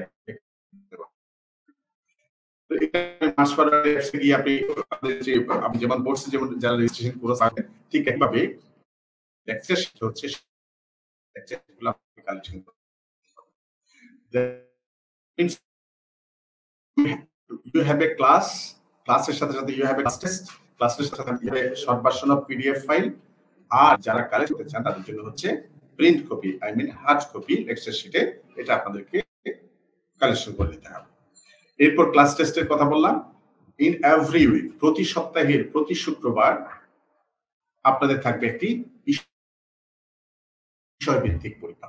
খুবই ইম্পর্টেন্ট একটা পরীক্ষা, যেখানে বাংলার একটা অংশ, ইংরেজির একটা অংশ থাকবে, বাংলাদেশ বিষয়াবলীর অংশ থাকবে। আপনার বিভিন্ন সাবজেক্টে আপনার ছোট ছোট অংশগুলো দিয়ে আপনাদের টোটাল সিলেবাসকে বিন্যস্ত করা হবে প্রতি শুক্রবারের ক্লাস টেস্টের মাধ্যমে। এই টেস্টগুলো আপনি দিবেন। প্রতিনিয়ত আপনি আপনার গ্রাফকে, ডেভেলপমেন্ট গ্রাফ, ডিগ্রেডেশন গ্রাফ আপনি নিজেই দেখতে পাবেন। আপনি নিজেকে নিজে প্রশ্ন করতে পারবেন, নিজেকে নিজে অ্যাসেসমেন্ট করতে পারবেন। এই সুবিধাটা হবে। এরপর ফাইনালি যখন আমাদের সবগুলো ক্লাস হয়ে যাবে, সবগুলো ক্লাসের জন্য তো আমরা অপেক্ষা করব না। 15 মতো আমাদের ক্লাস শেষ হয়ে গেল। তখন আমাদের একটা বই আছে, তাদের একটা গুরুত্বপূর্ণ কাজ হচ্ছে অতীতে বিসিএস পরীক্ষায় বা পাবলিক সার্ভিস কমিশন পরীক্ষায় কি পরীক্ষা হয়েছে সেই প্রশ্নগুলোর ধরনটা জানা। আপনি যে পরীক্ষাটা দিবেন, আমি যে বলেছিলাম কিছুক্ষণ আগে, অনুমান করবেন 44তম বিসিএস এর প্রশ্ন কেমন হবে। অনুমান কিসের উপর করব? পূর্ব অভিজ্ঞতা। পূর্ব অভিজ্ঞতা মানে কি? আগে বিসিএস এর প্রশ্নগুলো কেমন ছিল, আগে পাবলিক সার্ভিস কমিশনের প্রশ্নগুলো কেমন ছিল। এই বইতে আপনারা একটা বই আমার মনে হয় দেখতে পাচ্ছেন, এই বইতেই সবগুলো দেওয়া আছে। এই বইটার নাম হচ্ছে বিসিএস প্রিলিমিনারি অ্যানালাইসিস। সবগুলো বিসিএস পরীক্ষার প্রশ্নগুলো, আগের প্রশ্নগুলো এখানে দেওয়া আছে।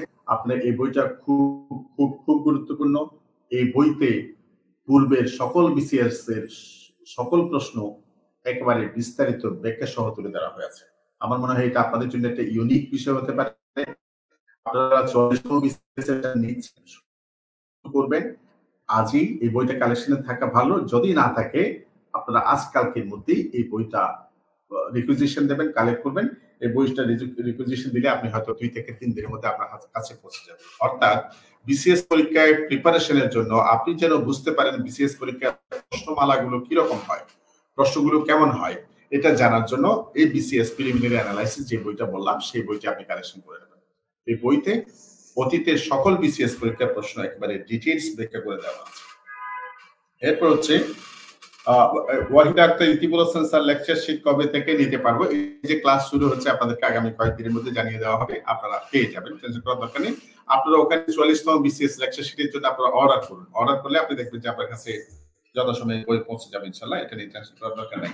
কিভাবে পাবো বইটা? এই যে বইটা প্রিলিমিনারি অ্যানালাইসিস, আমি আবারও বলছি এই বইটা আপনাকে হয় আজ অথবা আগামীকাল অথবা পরশুদিন আপনাকে কালেক্ট করতে হবে। সুতরাং যেহেতু কালেক্ট করতে হবে, আপনারা নোট নিয়ে রাখেন। বিসিএস প্রিলিমিনারি অ্যানালাইসিস মার্চ ফরওয়ারি থেকে প্রকাশিত এই বইটি আপনি দ্রুত রিকুইজিশন দেন, শেষ হওয়ার আগেই। আপনি যদি বর্তমান প্রিন্টটা পেতে চান আপনার খুব কাজ দেবে।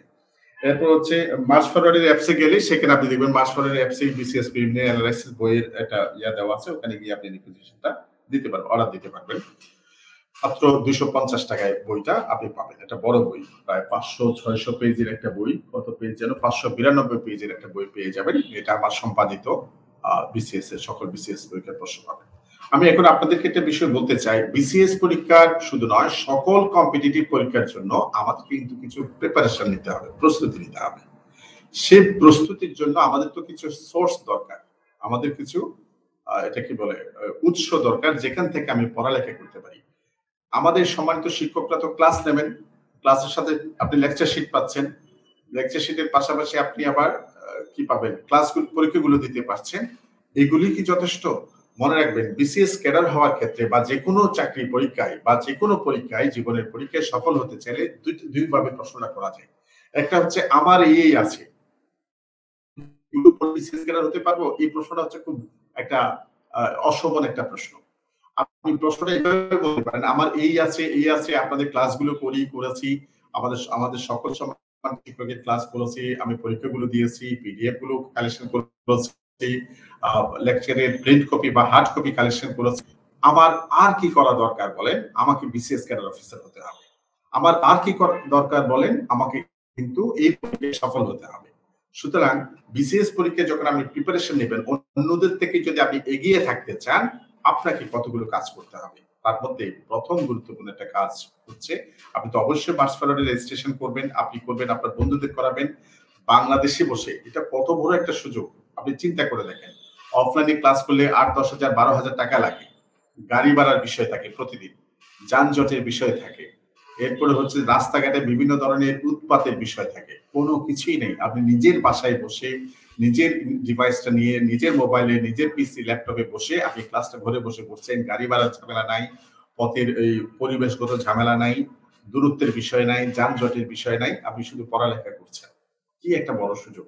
আমি মনে করি এই জন্য আমাদের অনলাইন প্ল্যাটফর্মের প্রতি এবং কিছুটা কোভিড এর প্রতি আমাদের কৃতজ্ঞ থাকা উচিত। এখন আমি আপনাদেরকে বলবো বিসিএস পরীক্ষা প্রিপারেশনের জন্য আমাদের যে মিনিমাম কিছু বই, আমি আজকে আপনাদেরকে বেশি বইয়ের কথা বলবো না, যে বইগুলো ইউ হ্যাভ টু হ্যাভ, আপনার থাকতেই হবে, আপনার জন্য অত্যাবশ্যকীয় যে বইগুলো, সেই এরকম কয়েকটি বইয়ের নাম আমি আপনাদেরকে দিচ্ছি। আপনারা হ্যাঁ, কোনটা খাদিজা কিছু বলছেন? খাদিজা কোনো প্রশ্নের উত্তর চাইছেন? আচ্ছা, থ্যাংক ইউ। কিভাবে পাবো বুকটা? গোস্বামী শুভ বলেছেন আপনি আমাদের মাসফারের অ্যাপসে গেলে বইটা পাচ্ছেন। হ্যাঁ, না, অ্যাপস থেকে হচ্ছে আপনি পড়তে পারবেন, রিড অনলি পড়তে পারবেন, আর আমাদের ওয়েবসাইট থেকে আপনি ডাউনলোড করে নেবেন রবিউল। এরপরে হচ্ছে যে কোয়েশ্চেন আছে কি, এইটাই কি অল সাবজেক্টের? হ্যাঁ, রাজু তালুকদার, অ্যানালাইসিস বইয়ে বিসিএস এর সকল সাবজেক্টের সকল প্রশ্নের, এই যে 10 বিসিএস থেকে 42তম বিসিএস পরীক্ষা পর্যন্ত বাংলা, ইংরেজি, বাংলাদেশ, আন্তর্জাতিক যত সাবজেক্ট আছে সব সাবজেক্টের সকল প্রশ্নের উত্তর ব্যাখ্যা সহ দেওয়া আছে। হ্যাঁ, থ্যাংক ইউ ভেরি মাচ। এরপরে একজন বলেছেন প্রিন্ট কপি কিভাবে যাওয়া যাবে? এম এ হোসেন বলেছেন আমি মার্চ ফরওয়ার্ডের অ্যাপসে গিয়ে আপনি অর্ডার করেন, পেয়ে যাবেন, ইনশাআল্লাহ সমস্যা হবে না। প্রিলিমিনারি বই, আমি তাহলে আপনাদের কি কি বই আছে আমি আপনাদেরকে যদি একটা প্রশ্ন করি, যারা আছেন একটু ছোট্ট একটা প্রশ্ন উত্তর দেন তো, কার কাছে কি কি বাংলা বই আছে? একটু লিখবেন, খুব দ্রুত একটু লিখবেন, কার কাছে কি বাংলা বই আছে? হ্যাঁ, কার কাছে কি বাংলা বই আছে? ক্লাস শুরু তো 7 তারিখ না? 40তমের ক্লাস শুরু তো 7 তারিখ। হ্যাঁ, একজন জানতে চেয়েছেন কোচিং এর ক্লাস শুরু হবে কখন থেকে? তামিনা সুলতানা সুমাইয়া 7 তারিখ থেকে, 7 সেপ্টেম্বর থেকে ইনশাআল্লাহ আমাদের 44তম বিসিএস এর প্রথম ব্যাচের ক্লাস শুরু হবে। পিয়াস আহমেদ, ওয়ালাইকুম আসসালাম। হ্যাঁ, আচ্ছা, আমি আপনাদেরকে বলি বইপত্র বাংলা ভাষা ও সাহিত্য, আমি আবারও বলছি, আপনারা যখন কনভারসেশন করবেন উইথ ইউর ফ্রেন্ডস, নোন এবং আননোন যারা বিসিএস প্রার্থী, তাদের সাথে যখন কথা বলবেন বাংলা বলবেন না। আমাদের সাবজেক্টের নাম হচ্ছে বাংলা ভাষা ও সাহিত্য। বাংলা ভাষা ও সাহিত্যে 6 তারিখ, সরি একটু কারেকশন আছে, আমাদের মার্চ ফরওয়ার্ডের 6 তারিখ, সেপ্টেম্বরের 6 থেকে সন্ধ্যা 7টায়, নাকি সন্ধ্যা 7টায় ক্লাস শুরু হবে 44তম বিসিএস এর 6 সেপ্টেম্বর। বাংলা ভাষা ও সাহিত্যে আপনাদের কাছে যা যে বই আছে সেই বইগুলো সবগুলো বই আপনারা পড়বেন, তবে আমি যে দুইটা বইয়ের কথা বললাম এই বইগুলো আপনারা পড়বেন। আমি একটা জিনিস মনে রাখবেন, ফর লাস্ট 15 ইয়ার্স আমি কিন্তু ধ্যানে জ্ঞানে আমার টোটাল সময়টা, প্রফেশনাল সময়ের অনেক বড় একটা অংশে চলে গেছে হচ্ছে বিসিএস প্রার্থীদের পিছনে। আমার আলহামদুলিল্লাহ 2500 বিসিএস ক্যাডার অফিসার আছেন, আমার ভাই বোন আছেন, যাদেরকে আমি ক্লাসরুমে পড়িয়েছি গত 15 বছরে। সুতরাং আমি যে কথাগুলো বলছি এটা হচ্ছে 15 ইয়ার্স এক্সপেরিয়েন্স, যেটা আপনি মুহূর্তের মধ্যে একটা ক্লিক করে আজকে সেশনটা শুনে বলে দিতে পারছেন, জেনে যাচ্ছেন, এটা কিন্তু আমার 15 ইয়ার্স অভিজ্ঞতার ফসল। সুতরাং আপনাদের কাছে যে বইগুলো আছে সেগুলো আপনারা পড়বেন, কোনো বইকে আমি না পড়তে নিরুৎসাহিত করি না, যে কোনো ধরনের বই, যে কোনো বই আপনি পড়বেন, তবে এই দুইটা বই আপনাকে পড়তে হবে। নবম থেকে দ্বাদশ শ্রেণীর বাংলা পাঠ্য বই,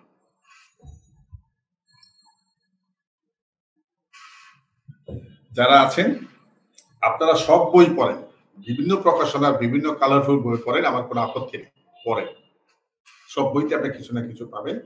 তবে আপনার বাংলা প্রিপারেশনের বেস হবে, ভিত্তি হবে নবম থেকে দ্বাদশ শ্রেণীর বাংলা পাঠ্য বই। আমাদের নবম দশম শ্রেণীর একটা বাংলা বই থাকে, আবার একাদশ দ্বাদশ শ্রেণীর জন্য বাংলা থাকে সিলেবাসে। এই টোটাল সিলেবাসটা নিয়ে নবম থেকে নবম দশমের বই এবং একাদশ দ্বাদশ শ্রেণীর বই, বাংলা বইগুলো আপনাকে অবশ্যই পড়তে হবে। এরপর একটা বই আপনাদের পড়তে হবে, বিশেষ করে সাহিত্য, মনে রাখবেন বাংলা অংশটা দুই ভাগে বিভক্ত, একটা হচ্ছে বাংলা সাহিত্য, একটা হচ্ছে ব্যাকরণ বিরচন, এই অংশটা। বাংলা সাহিত্য অংশে প্রিলিমিনারিতে নম্বর বরাদ্দ হচ্ছে 20, আবার লিখিত পরীক্ষায় নম্বর বরাদ্দ হচ্ছে 30। এই যে 20 এবং 30, 50 নম্বরের প্রশ্ন, এই 50 নম্বরের সাহিত্য অংশের জন্য একটি সেরা বই হচ্ছে আপনার প্রস্তুতির জন্য বাংলা সাহিত্যের ইতিহাস, মাহবুবুল আলম। আমার টেবিলে নাই, এটা হলুদ মলাটের একটা বই, আপনারা লাইব্রেরিতে বললে মাহবুবুল আলমের বাংলা সাহিত্যের ইতিহাস বই বললেই বিভিন্ন আপনার আশেপাশে লাইব্রেরিতে খুঁজে পেয়ে যাবেন। এই বইটা সাহিত্যের জন্য রাখবেন। নবম থেকে দ্বাদশ শ্রেণীর বইগুলো আপনি রাখবেন, এগুলো হবে আপনার বেস অফ ইউর স্টাডি। এর বাইরে অন্য কারো বই, সমিতি শেখর স্যারের চলে সেটা পড়েন, অন্যান্য সম্মানিত বই পড়তে পড়তে চাইলে, কারো কোনো প্রকাশনা বই পড়তে পাইলে আপনি পড়তে পারেন। তবে আপনার নবম, দশম, দ্বাদশ, একাদশ, দ্বাদশ শ্রেণী বই এবং বাংলা সাহিত্যের ইতিহাস মাহবুব আলম এটা আপনাকে পড়তে হবে। এরপর আপনি দেখতে পারেন, থ্যাংক ইউ, পরে ইংরেজি বই। ইংরেজি ভাষা সাহিত্যের উপরে আমি আপনাদেরকে 3টি বইয়ের নাম দেব। আপনারা একটু দেখেন, যারা আছেন স্ক্রিনে দেখেন, আপনার সুবিধা হবে। একটি হচ্ছে a high school English grammar and composition by Wren Martin. এই বইটা দেখেন আপনাদের বহু পঠিত একটা বই। এটা আপনারা স্কুলে পড়েছেন অনেকে, কলেজে পড়েছেন অনেকে, বিশ্ববিদ্যালয়ে পড়েছেন অনেকে, এবং এখন আপনাকে পড়তে হবে। আমাদের যে গ্রামার পার্ট, ইংলিশ যে ভাষা সাহিত্য, সেখানে আসলে একটা হচ্ছে গ্রামার পার্ট, আর একটা হচ্ছে গ্রামার এন্ড ভোকাবুলারি, আর একটা হচ্ছে লিটারেচার পার্ট। এইখানেও যার যেটা বই দরকার, যার যেটা বই আছে বা পড়তে চান, মঞ্জুরুল ইসলাম বলেছেন বাংলা সাহিত্যের ইতিহাস বাংলার জন্য বাইবেল, হ্যাঁ বলা যায়। ইংরেজি ভাষা সাহিত্যে এই বই আপনার হচ্ছে বেসিক বই। এই 3টা বই হচ্ছে আপনার প্রিপারেশনের ভিত্তি বই, আপনি বই পড়তে পারেন। আমি আবারও বলছি, high school English grammar and composition by Wren Martin, Common Mistakes in English by Tisa Fittikids, and ABC of English Literature by Mofizur Rahman. এগুলো পড়বেন, পাশাপাশি অন্য বই পড়বেন। এই 3টা বই যদি আপনার থাকে ভালো, না থাকলে আপনি দ্রুত কালেকশন করে ফেলবেন। পাশাপাশি আমাদের মার্চ ফেব্রুয়ারি থেকে তো ইংরেজি সাহিত্যে লেকচার শিট সেগুলো আছে, বাংলা সাহিত্যের সাবজেক্ট ওয়াইজ লেকচার শিট, আমাদের লেকচার শিট গুলো খুবই রিচ, এগুলো পড়বেন, এগুলো আপনি উপকার পাবেন ইনশাআল্লাহ। বাংলাদেশ বিষয়াবলী, ভূগোল, নৈতিকতা ও সুশাসন, এই 4টি বই আপনি, এই 4টি সাবজেক্ট, সরি 3টি সাবজেক্ট, এটা হচ্ছে বাংলাদেশ বিষয়াবলী, একটা নৈতিকতা, মূল্যবোধ, সুশাসন, আর একটা হচ্ছে ভূগোল, পরিবেশ ও দুর্যোগ ব্যবস্থাপনা। এই 3টি সাবজেক্টের জন্য আমি আপনাকে 4টি বই রেফার। মনে রাখবেন, বাংলাদেশ বিষয়াবলী এমন একটি সাবজেক্ট যেটা প্রিলিমিনারিতে আছে 25, সাথে আবার নৈতিকতা, মূল্যবোধ, সুশাসন ধরলে প্রায় হচ্ছে কত, 30 এর সাথে 10 50 এর মতো। বাংলাদেশ বিষয়াবলী, নৈতিকতা, মূল্যবোধ, সুশাসন এবং ভূগোল প্রায় হচ্ছে এগুলো একটা সাথে খুব ক্লোজলি কানেক্টেড। কিন্তু এই সাবজেক্টগুলোর জন্য আপনি প্রায় 50 মার্কসের প্রিপারেশন, এখানে রিটেন পরীক্ষায় 200 মার্কসের রিটেন পরীক্ষা দিতে হবে বাংলাদেশ বিষয়াবলীতে, এবং ভাইবা পরীক্ষায় বাংলাদেশ বিষয়াবলী থেকে সাধারণত হয়। সুতরাং দেখেন, বাংলাদেশ বিষয়াবলী লিখিততে আরো সাথে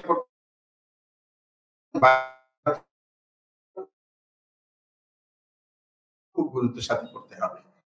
এটার জন্য আমি আপনাদেরকে 4টা বই রিকমেন্ড করি। যে বইগুলো আছে সেগুলো হচ্ছে বাংলাদেশ স্টাডিজ, ওবায়েদ, ডালিয়া ও আরেফিন। এটাতে একজন হচ্ছে আমি, ওবায়েদ এটা আমি একজন, ডালিয়া ম্যাডাম উনি হচ্ছেন বিশ্ববিদ্যালয়ের একজন শিক্ষক, অ্যাসিস্ট্যান্ট প্রফেসর, এবং একজন হচ্ছে জনাব আরেফিন, তিনি একজন প্রফেসর পটিয়া সরকারি কলেজে। তাহলে এই 3 জনের একটা বই বাংলাদেশে, এটা আপনাকে প্রিলিমিনারিতে কাজ দেবে, এটা আপনার লিখিত পরীক্ষায় কাজ দেবে, এবং এটা আপনাকে ভাইবা পরীক্ষায় কাজ দেবে। এটা আপনি অবশ্যই কালেকশন করবেন আশা করি। নবম, দশম শ্রেণীর সামাজিক বিজ্ঞান বই, নবম দশম একটা সোশ্যাল সায়েন্সের বই আছে, সেটা কালেকশন করবেন। গণপ্রজাতন্ত্রী বাংলাদেশের সংবিধান, গণপ্রজাতন্ত্রী বাংলাদেশের সংবিধান, এটা সবাই একটা কপি রাখবেন। এবং নবম, দশম শ্রেণীর মাধ্যমিক, এই বইগুলো যদি আপনার থাকে, আমি আশা করি প্রিলিমিনারি বাংলাদেশ বিষয়াবলী, ভূগোল, নৈতিকতা, মূল্যবোধ, সুশাসনের যে পোশাক আবার হবে, এটা কাজ দেবে, এগুলো আপনারা কালেকশন করবেন। এরপর আছে আমাদের একটা সাবজেক্ট, সেটা হচ্ছে বিষয়াবলী বা ইন্টারন্যাশনাল অ্যাফেয়ার্স।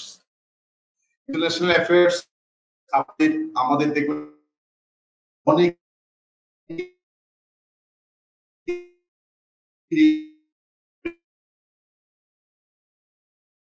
ব্যাকগ্রাউন্ড সাবজেক্ট আন্তর্জাতিক রাজনীতি, মরহুম প্রফেসর ডক্টর তারেক শামসুর রহমান, উনি জাহাঙ্গীরনগর বিশ্ববিদ্যালয়ের প্রফেসর ছিলেন, রিসেন্টলি মারা গিয়েছেন স্যার। স্যারের অনেক বই আছে আন্তর্জাতিক বিষয়াবলীর উপরে। একটা বই হচ্ছে না বিশ্বব্যবস্থাকালীন আন্তর্জাতিক রাজনীতি, আরেকটা বই হচ্ছে বিশ্ব রাজনীতির 100 বছর। আমি আপনাদেরকে বলবো এই 2টা বই আপনারা পড়তে পারেন। আব্দুল হালিমের একটা বই আছে আন্তর্জাতিক রাজনীতির ইতিহাস, এই বইটা আপনি দেখতে পারেন। আপনারা আন্তর্জাতিক সম্পর্কে অবশ্যই 2টি বই, আমার একটা বই আছে আন্তর্জাতিক সম্পর্কের উপরে, কিন্তু বইটা এখন মার্কেট আউট, মানে এখন অবশিষ্ট কপি নেই, শেষ হয়ে গেছে। সুতরাং আপনাদের সবাইকে আমি বলবো আপনারা এই বইগুলো সাবজেক্ট ওয়াইজ কালেকশন করেন। সাধারণ বিজ্ঞান ও কম্পিউটার ও তথ্য প্রযুক্তি এই অংশে আপনারা 3টা বই দেখবেন। একটা হচ্ছে নবম থেকে দ্বাদশ শ্রেণীর বিজ্ঞান বই, একাধিক বই হবে। একটা হচ্ছে নবম দশম শ্রেণীর বই হবে, একটা হচ্ছে একাদশ দ্বাদশ শ্রেণীর বই হবে। আর একটা কম্পিউটার ফান্ডামেন্টালস একটা বই আছে, মাহমুদ লুৎফুর রহমান, ঢাকা বিশ্ববিদ্যালয়ের শিক্ষক। কম্পিউটার ফান্ডামেন্টালসটা দেখতে পারেন। তথ্য ও যোগাযোগ প্রযুক্তির একটা বই আছে প্রকৌশলী মুজিবুর রহমানের, এটা হচ্ছে আমাদের যেটা ইন্টারমিডিয়েটের আমাদের ছোট ভাই বোনরা যেটা পড়ে বা একসময় আপনারা অনেকে পড়েছেন, প্রকৌশলী মুজিবুর রহমানের বই তথ্য যোগাযোগ প্রযুক্তি, এই বইটা রাখবেন। এই যে নবম থেকে দ্বাদশ শ্রেণীর বই হচ্ছে বেস, এটা আপনার থাকতে হবে। প্রফেসর মোহাম্মদ লুৎফুর বই পেলে ভালো, যদি না পান অন্য কারো বই পড়তে পারবেন। তথ্য যোগাযোগ প্রযুক্তি প্রকৌশলী মুজিবুর রহমানের বইটা আপনি পড়বেন। এরপর হচ্ছে গাণিতিক যুক্তি ও এখানে আমি আপনাদেরকে বলবো নবম থেকে দ্বাদশ শ্রেণীর বই সমূহ পড়বেন। আপনারা যারা বিশেষ করে কমার্শিয়াল ব্যাকগ্রাউন্ড থেকে এসেছেন তারা অনেকেই একটা বিষয় জানতে পারেন, সেটা হচ্ছে span of service life. Henri Fayol, ম্যানেজমেন্টের জনক যাকে বলা হয়, তার একটা বিখ্যাত থিওরি আছে, সেটা হচ্ছে অ্যাডমিনিস্ট্রেটিভ প্রিন্সিপলস। আমাদের প্রশাসনের বা ব্যবস্থাপনার 14টা নীতিমালা উনি ব্যাখ্যা করেছিলেন। তিনি বলেছিলেন স্প্যান অফ সার্ভিস লাইফটা আমাদের কতটুকু হবে। মনে রাখবেন, কেউ যদি 30 বছর, আমাদের সরকারি চাকরিতে প্রবেশের সময় হচ্ছে 21 থেকে সর্বোচ্চ 30, ব্যতিক্রম বাদ দিলে। আবার রিটায়ারমেন্ট এজ হচ্ছে কিন্তু 59। তার মানে কেউ একজন যদি 30 বছর বয়সে চাকরিতে ঢুকেন, তাকে 59-এ গিয়ে অর্থাৎ 29 বছর চাকরি করে রিটায়ারমেন্টে যেতে হবে। কেউ যদি 28 বছর বয়সে চাকরি ঢুকেন, তাহলে তাকে হচ্ছে কি 32 বছর চাকরি করে রিটায়ারমেন্টে যেতে হবে। কিন্তু কেউ যদি 25 বছর বয়সে চাকরি ঢুকেন, সে কিন্তু প্রায় 34 বছর চাকরি করতে পারবে। কেউ যদি 22-23 বছর বয়সে চাকরি ঢুকেন, তাহলে সে দেখবেন 36, 37, 38 বছর চাকরি করতে পারবে। তাহলে এই যে স্প্যান অফ সার্ভিস লাইফটা কিন্তু আমাদের বাড়িয়ে নেওয়াটা এটা অনেক বেশি গুরুত্বপূর্ণ। আমরা অনেকেই বলি আমার বয়স, আমি আপনাদেরকে বলেছিলাম যদি কোনো সাহসী পুরুষ এবং নারী থাকেন বয়স উল্লেখ করতে, ওই সময় হয়তো টেকনিক্যাল সমস্যার কারণে, আপনার নেটওয়ার্ক সমস্যার কারণে অনেকে বলতে পারেননি। আমি একজনকে বলেছিলাম, বলে স্যার আমার আর 4 বার মাত্র বিসিএস পরীক্ষা দিতে পারবো, আমি আর 2 বার মাত্র বিসিএস পরীক্ষা দিতে পারবো, আমার এখন করণীয় কি? আমি বললাম তোমার বয়স কত? বলে 28। তোমার বয়স কত? বলে 26। আমি বললাম তোমার আর কয়টা বিসিএস দিতে? সে বলে আমি আরো 2টা দিতে পারবো, আরো 3টা দিতে পারবো। এটা খেয়াল করে না 21 থেকে যে 3-4টা বিসিএস তার মিসিং হয়ে গেল, এটা কিন্তু আমরা অনেকেই খেয়াল রাখি না। একটু খেয়াল করেন, আমাদের বন্ধুরা, ভাই বোন যারাই শুনছেন এই আলোচনাটা, বা আপনাদের ভাই বোন যারা শুনছেন, তাদেরকে এই মেসেজটা কনভে করবেন। যদি সিভিল সার্ভিসে আসতে চায়, সরকারি চাকরিতে আসতে চায়, বা যে কোনো ধরনের কাঠামোগত কোনো চাকরিতে যদি কেউ ঢুকতে চায়, তার বেশি জরুরি হচ্ছে যত সম্ভব কম বয়সে চাকরিতে ঢোকা। আর্লি এন্ট্রান্স চাকরিতে এটা অনেক বেশি গুরুত্বপূর্ণ, কারণ অনেক দিন আপনি চাকরি করতে পারবেন এবং অনেক বড় বড় প্রমোশন গুলো পাবেন। মনে রাখবেন, বড় বড় পোস্টিং গুলো, বড় বড় প্রমোশন গুলো কিন্তু জীবনের শুরুতে নয়, এগুলো হচ্ছে শেষে আসে। আপনারা যারা বিসিএস ক্যাডার অফিসার হিসেবে ঢুকবেন, তারা অনেক বছর চাকরি করার পরে সেক্রেটারি হবেন। তো একটা সেক্রেটারি হতে হলে 30 বছর, 32 বছর, 33 বছর আপনাকে চাকরি করতে হবে।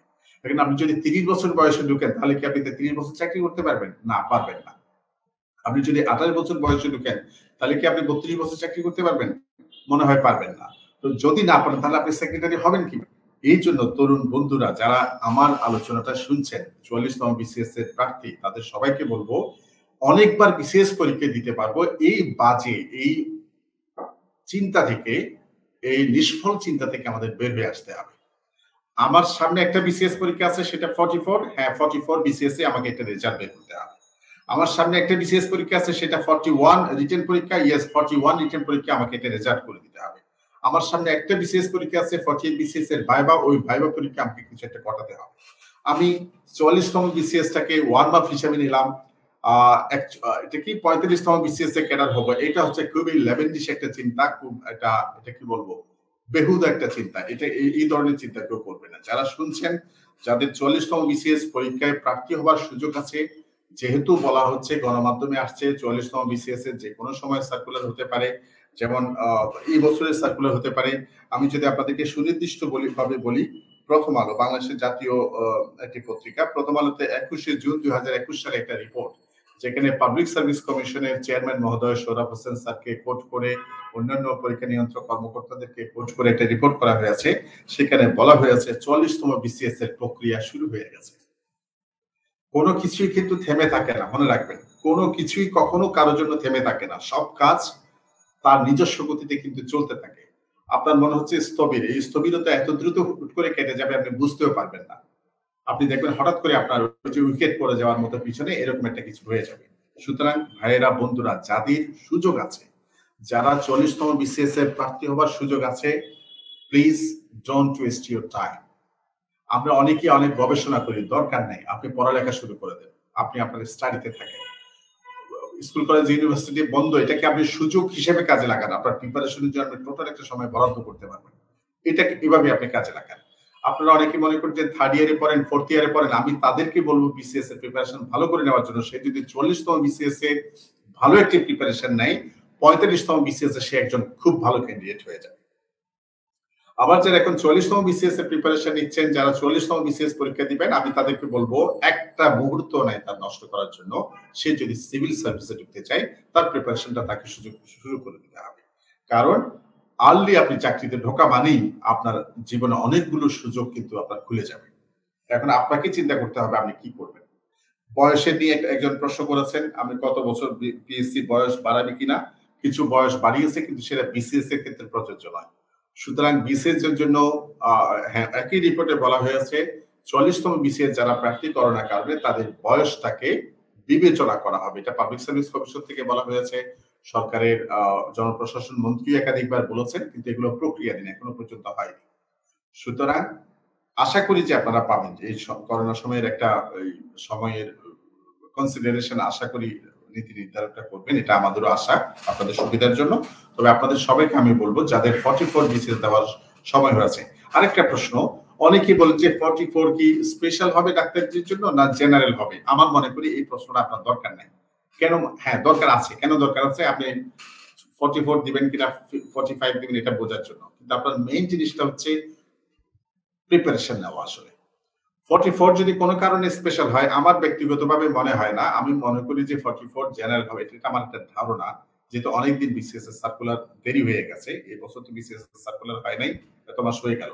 সুতরাং এর মধ্যেই জেনারেল বিসিএস হওয়ার সম্ভাবনাই বেশি বলে আমরা মনে করছি। কোনো কারণে 44তম বিসিএস যদি ডাক্তারদের জন্য বা স্পেশালিস্টদের জন্য হয় বলে মনে হয়, আপনারা যারা 44তম ভর্তি হবেন ওরা অটো আমরা তাদের 45 এ আমরা কনভার্ট করে নেব। সুতরাং এটাতে আপনাদের টেনশনের কোনো কারণ নাই। আপনাদের যেটা জরুরি, আপনাদের জন্য যেটা কাজ, সেটা হচ্ছে আপনাকে কিপ অন প্রিপারেশন। আপনি নিজেকে প্রিপারেশনের মধ্যে রাখেন, প্রস্তুতির মধ্যে রাখেন।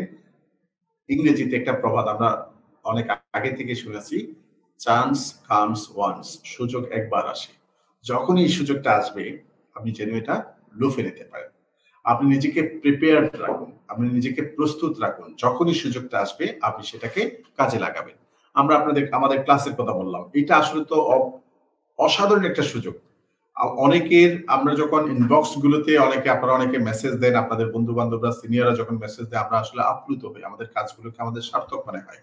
হাইমসর থেকে, বিলাইছড়ি থেকে, গ্রামগঞ্জ থেকে, শরণখোলা থেকে, একেবারে প্রত্যন্ত গ্রাম থেকে ছেলেমেয়েরা যখন আমাদের মেসেজ দিকে আমরা বসে বসে রাস্তার ধারে বসে আমরা আপনাদের ক্লাসগুলো করছি, আমাদের সম্মানিত শিক্ষকদের ক্লাসগুলো করছি, আপনাদের সেশনগুলো শুনি, মোটিভেশন সেশনগুলো শুনি, অতিথিদের সেশনগুলো শুনি। বিশ্বাস করে আমাদের খুব আনন্দ হয়।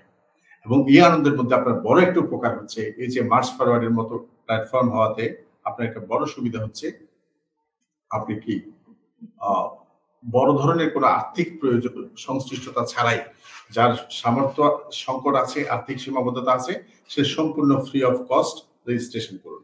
আর যার সামর্থ্য আছে, আমাদের শ্রদ্ধেয় বাদল সৈয়দ স্যার যেমনটি বলেছেন, আপনার আত্মসম্মান বোধ রক্ষার জন্যই আপনি 100 টাকা মাসে দিতে পারবেন না, বা একটা কোর্সের জন্য 500 টাকা, 1000 টাকা, 300 টাকা, 700 টাকা দিতে পারবেন না, এমন অবস্থা যাদের নয়, যারা দিতে পারবেন তারা ওইটা দিয়ে রেজিস্ট্রেশন করবেন। যারা রেজিস্ট্রেশন করেন, বিশ্বাস করেন আপনাদের টাকাটা আমাদের টোটাল খরচের খুব ছোট একটা অংশ মাত্র। এখনো পর্যন্ত মার্চ ফরওয়ার্ড কর্তৃপক্ষকে অনেক বড় ধরনের ভর্তুকি এখানে দিতে হয়, কিন্তু আপনাদের আগ্রহ, আপনাদের অনুপ্রেরণা এবং আপনাদের অংশগ্রহণ কিন্তু আমাদের এখানে আরো বেশি ডেডিকেটেড হয়ে কাজ করাকে আমাদের উৎসাহ যোগাবে। পরিশেষে আমি আমার আলোচনার শেষান্তে আপনাদেরকে বলতে চাই, পরিশ্রম, সংকল্প, লেগে থাকা, এগুলো নিয়ে আমাদের অনেকগুলো সেশন হয়েছে, অনেকগুলো সেশন হবে আগামী মাসে। আপনাদের এই যে সেপ্টেম্বর যেটা শুরু হলো, আমাদের ওয়ান্ডারফুল কিছু সেশন আসবে আপনাদের জন্য। সেখান থেকে আপনারা এই বিষয়গুলোতে অনেক জানতে পারবেন। সংকল্প মানে হচ্ছে আপনি যেটা করতে চান আপনি সেটাই করবেন। সংকল্প মানে হচ্ছে আপনি নিজের কাছে নিজে একটা প্রতিজ্ঞা করবেন। সংকল্প মানে হচ্ছে আপনার নিজের পথ আপনি একাই চলবেন। সংকল্প মানে হচ্ছে আপনি কখনো ক্লান্ত হবেন না। সংকল্প মানে হচ্ছে আপনি নিজেকে নিজেই সবসময় উজ্জীবিত রাখবেন। পরিশ্রম, আমরা ছোটকাল থেকে শুনে এসেছি পরিশ্রম সৌভাগ্যের প্রসূতি। পরিশ্রম রেজাল্ট দেয়। যারা আগে বিসিএস ক্যাডার অফিসার হয়েছেন বা যারা সফল হয়েছেন তার প্রত্যাশিত জায়গায়, তারা সকলেই আসলে দৃঢ় সংকল্পের সাথে পরিশ্রম বজায় রেখেছিল, পরিশ্রম করে যাচ্ছিল বলেই এই জায়গায় এসেছে। আপনারা পরিশ্রম করেন উইথ স্ট্রং ডিটারমিনেশন, আপনারাও ইনশাল্লাহ সফল হবেন। পরিশ্রমের কোনো বিকল্প নাই। আপনি আরো সফল হন, আপনার পরিশ্রম আরো বাইরে যাবে। আপনি আরো সফল হন, আপনার পরিশ্রম আরো বেড়ে যাবে। এই যে শাহরুখ খান, সালমান খান, আমির খান, যাদের কথা আমরা বলি নায়ক, এই যে বড় বড় নায়ক, হিরো, ওরা অত বেশি সফল হয়েছে, ওদের ব্যস্ততা, পরিশ্রম আরো বেশি বেড়ে গেছে সেই সফলতাকে ধরে রাখার জন্য। লেগে থাকা, তারাই সফল হয় যারা লেগে থাকে, তারাই সফল হয় না যারা হাল ছেড়ে দেয়। সুতরাং বন্ধুরা, বয়স আপনাদের কম আছে, আপনারা একেবারেই ফ্রেশ, 44 বিসিএস ক্যান্ডিডেটস। আপনারা নিজেরা নিজের কাছে একটি সংকল্প করুন, নিজের বাবা মার দিকে তাকিয়ে একটি সংকল্প করুন, নিজের পরিবারকে পরিত্রাণের জন্য একটি সংকল্প করুন এবং আপনি পরিশ্রমে লেগে যান। আপনি লেগে থাকুন, আপনি হাল ছেড়ে দেবেন না। আশা করি ইনশাল্লাহ আপনি আপনার সফলতার জায়গায় আপনি যাবেন। এরপর আমার আরেকটা জিনিস আপনাদের জন্য আছে, সেটা হচ্ছে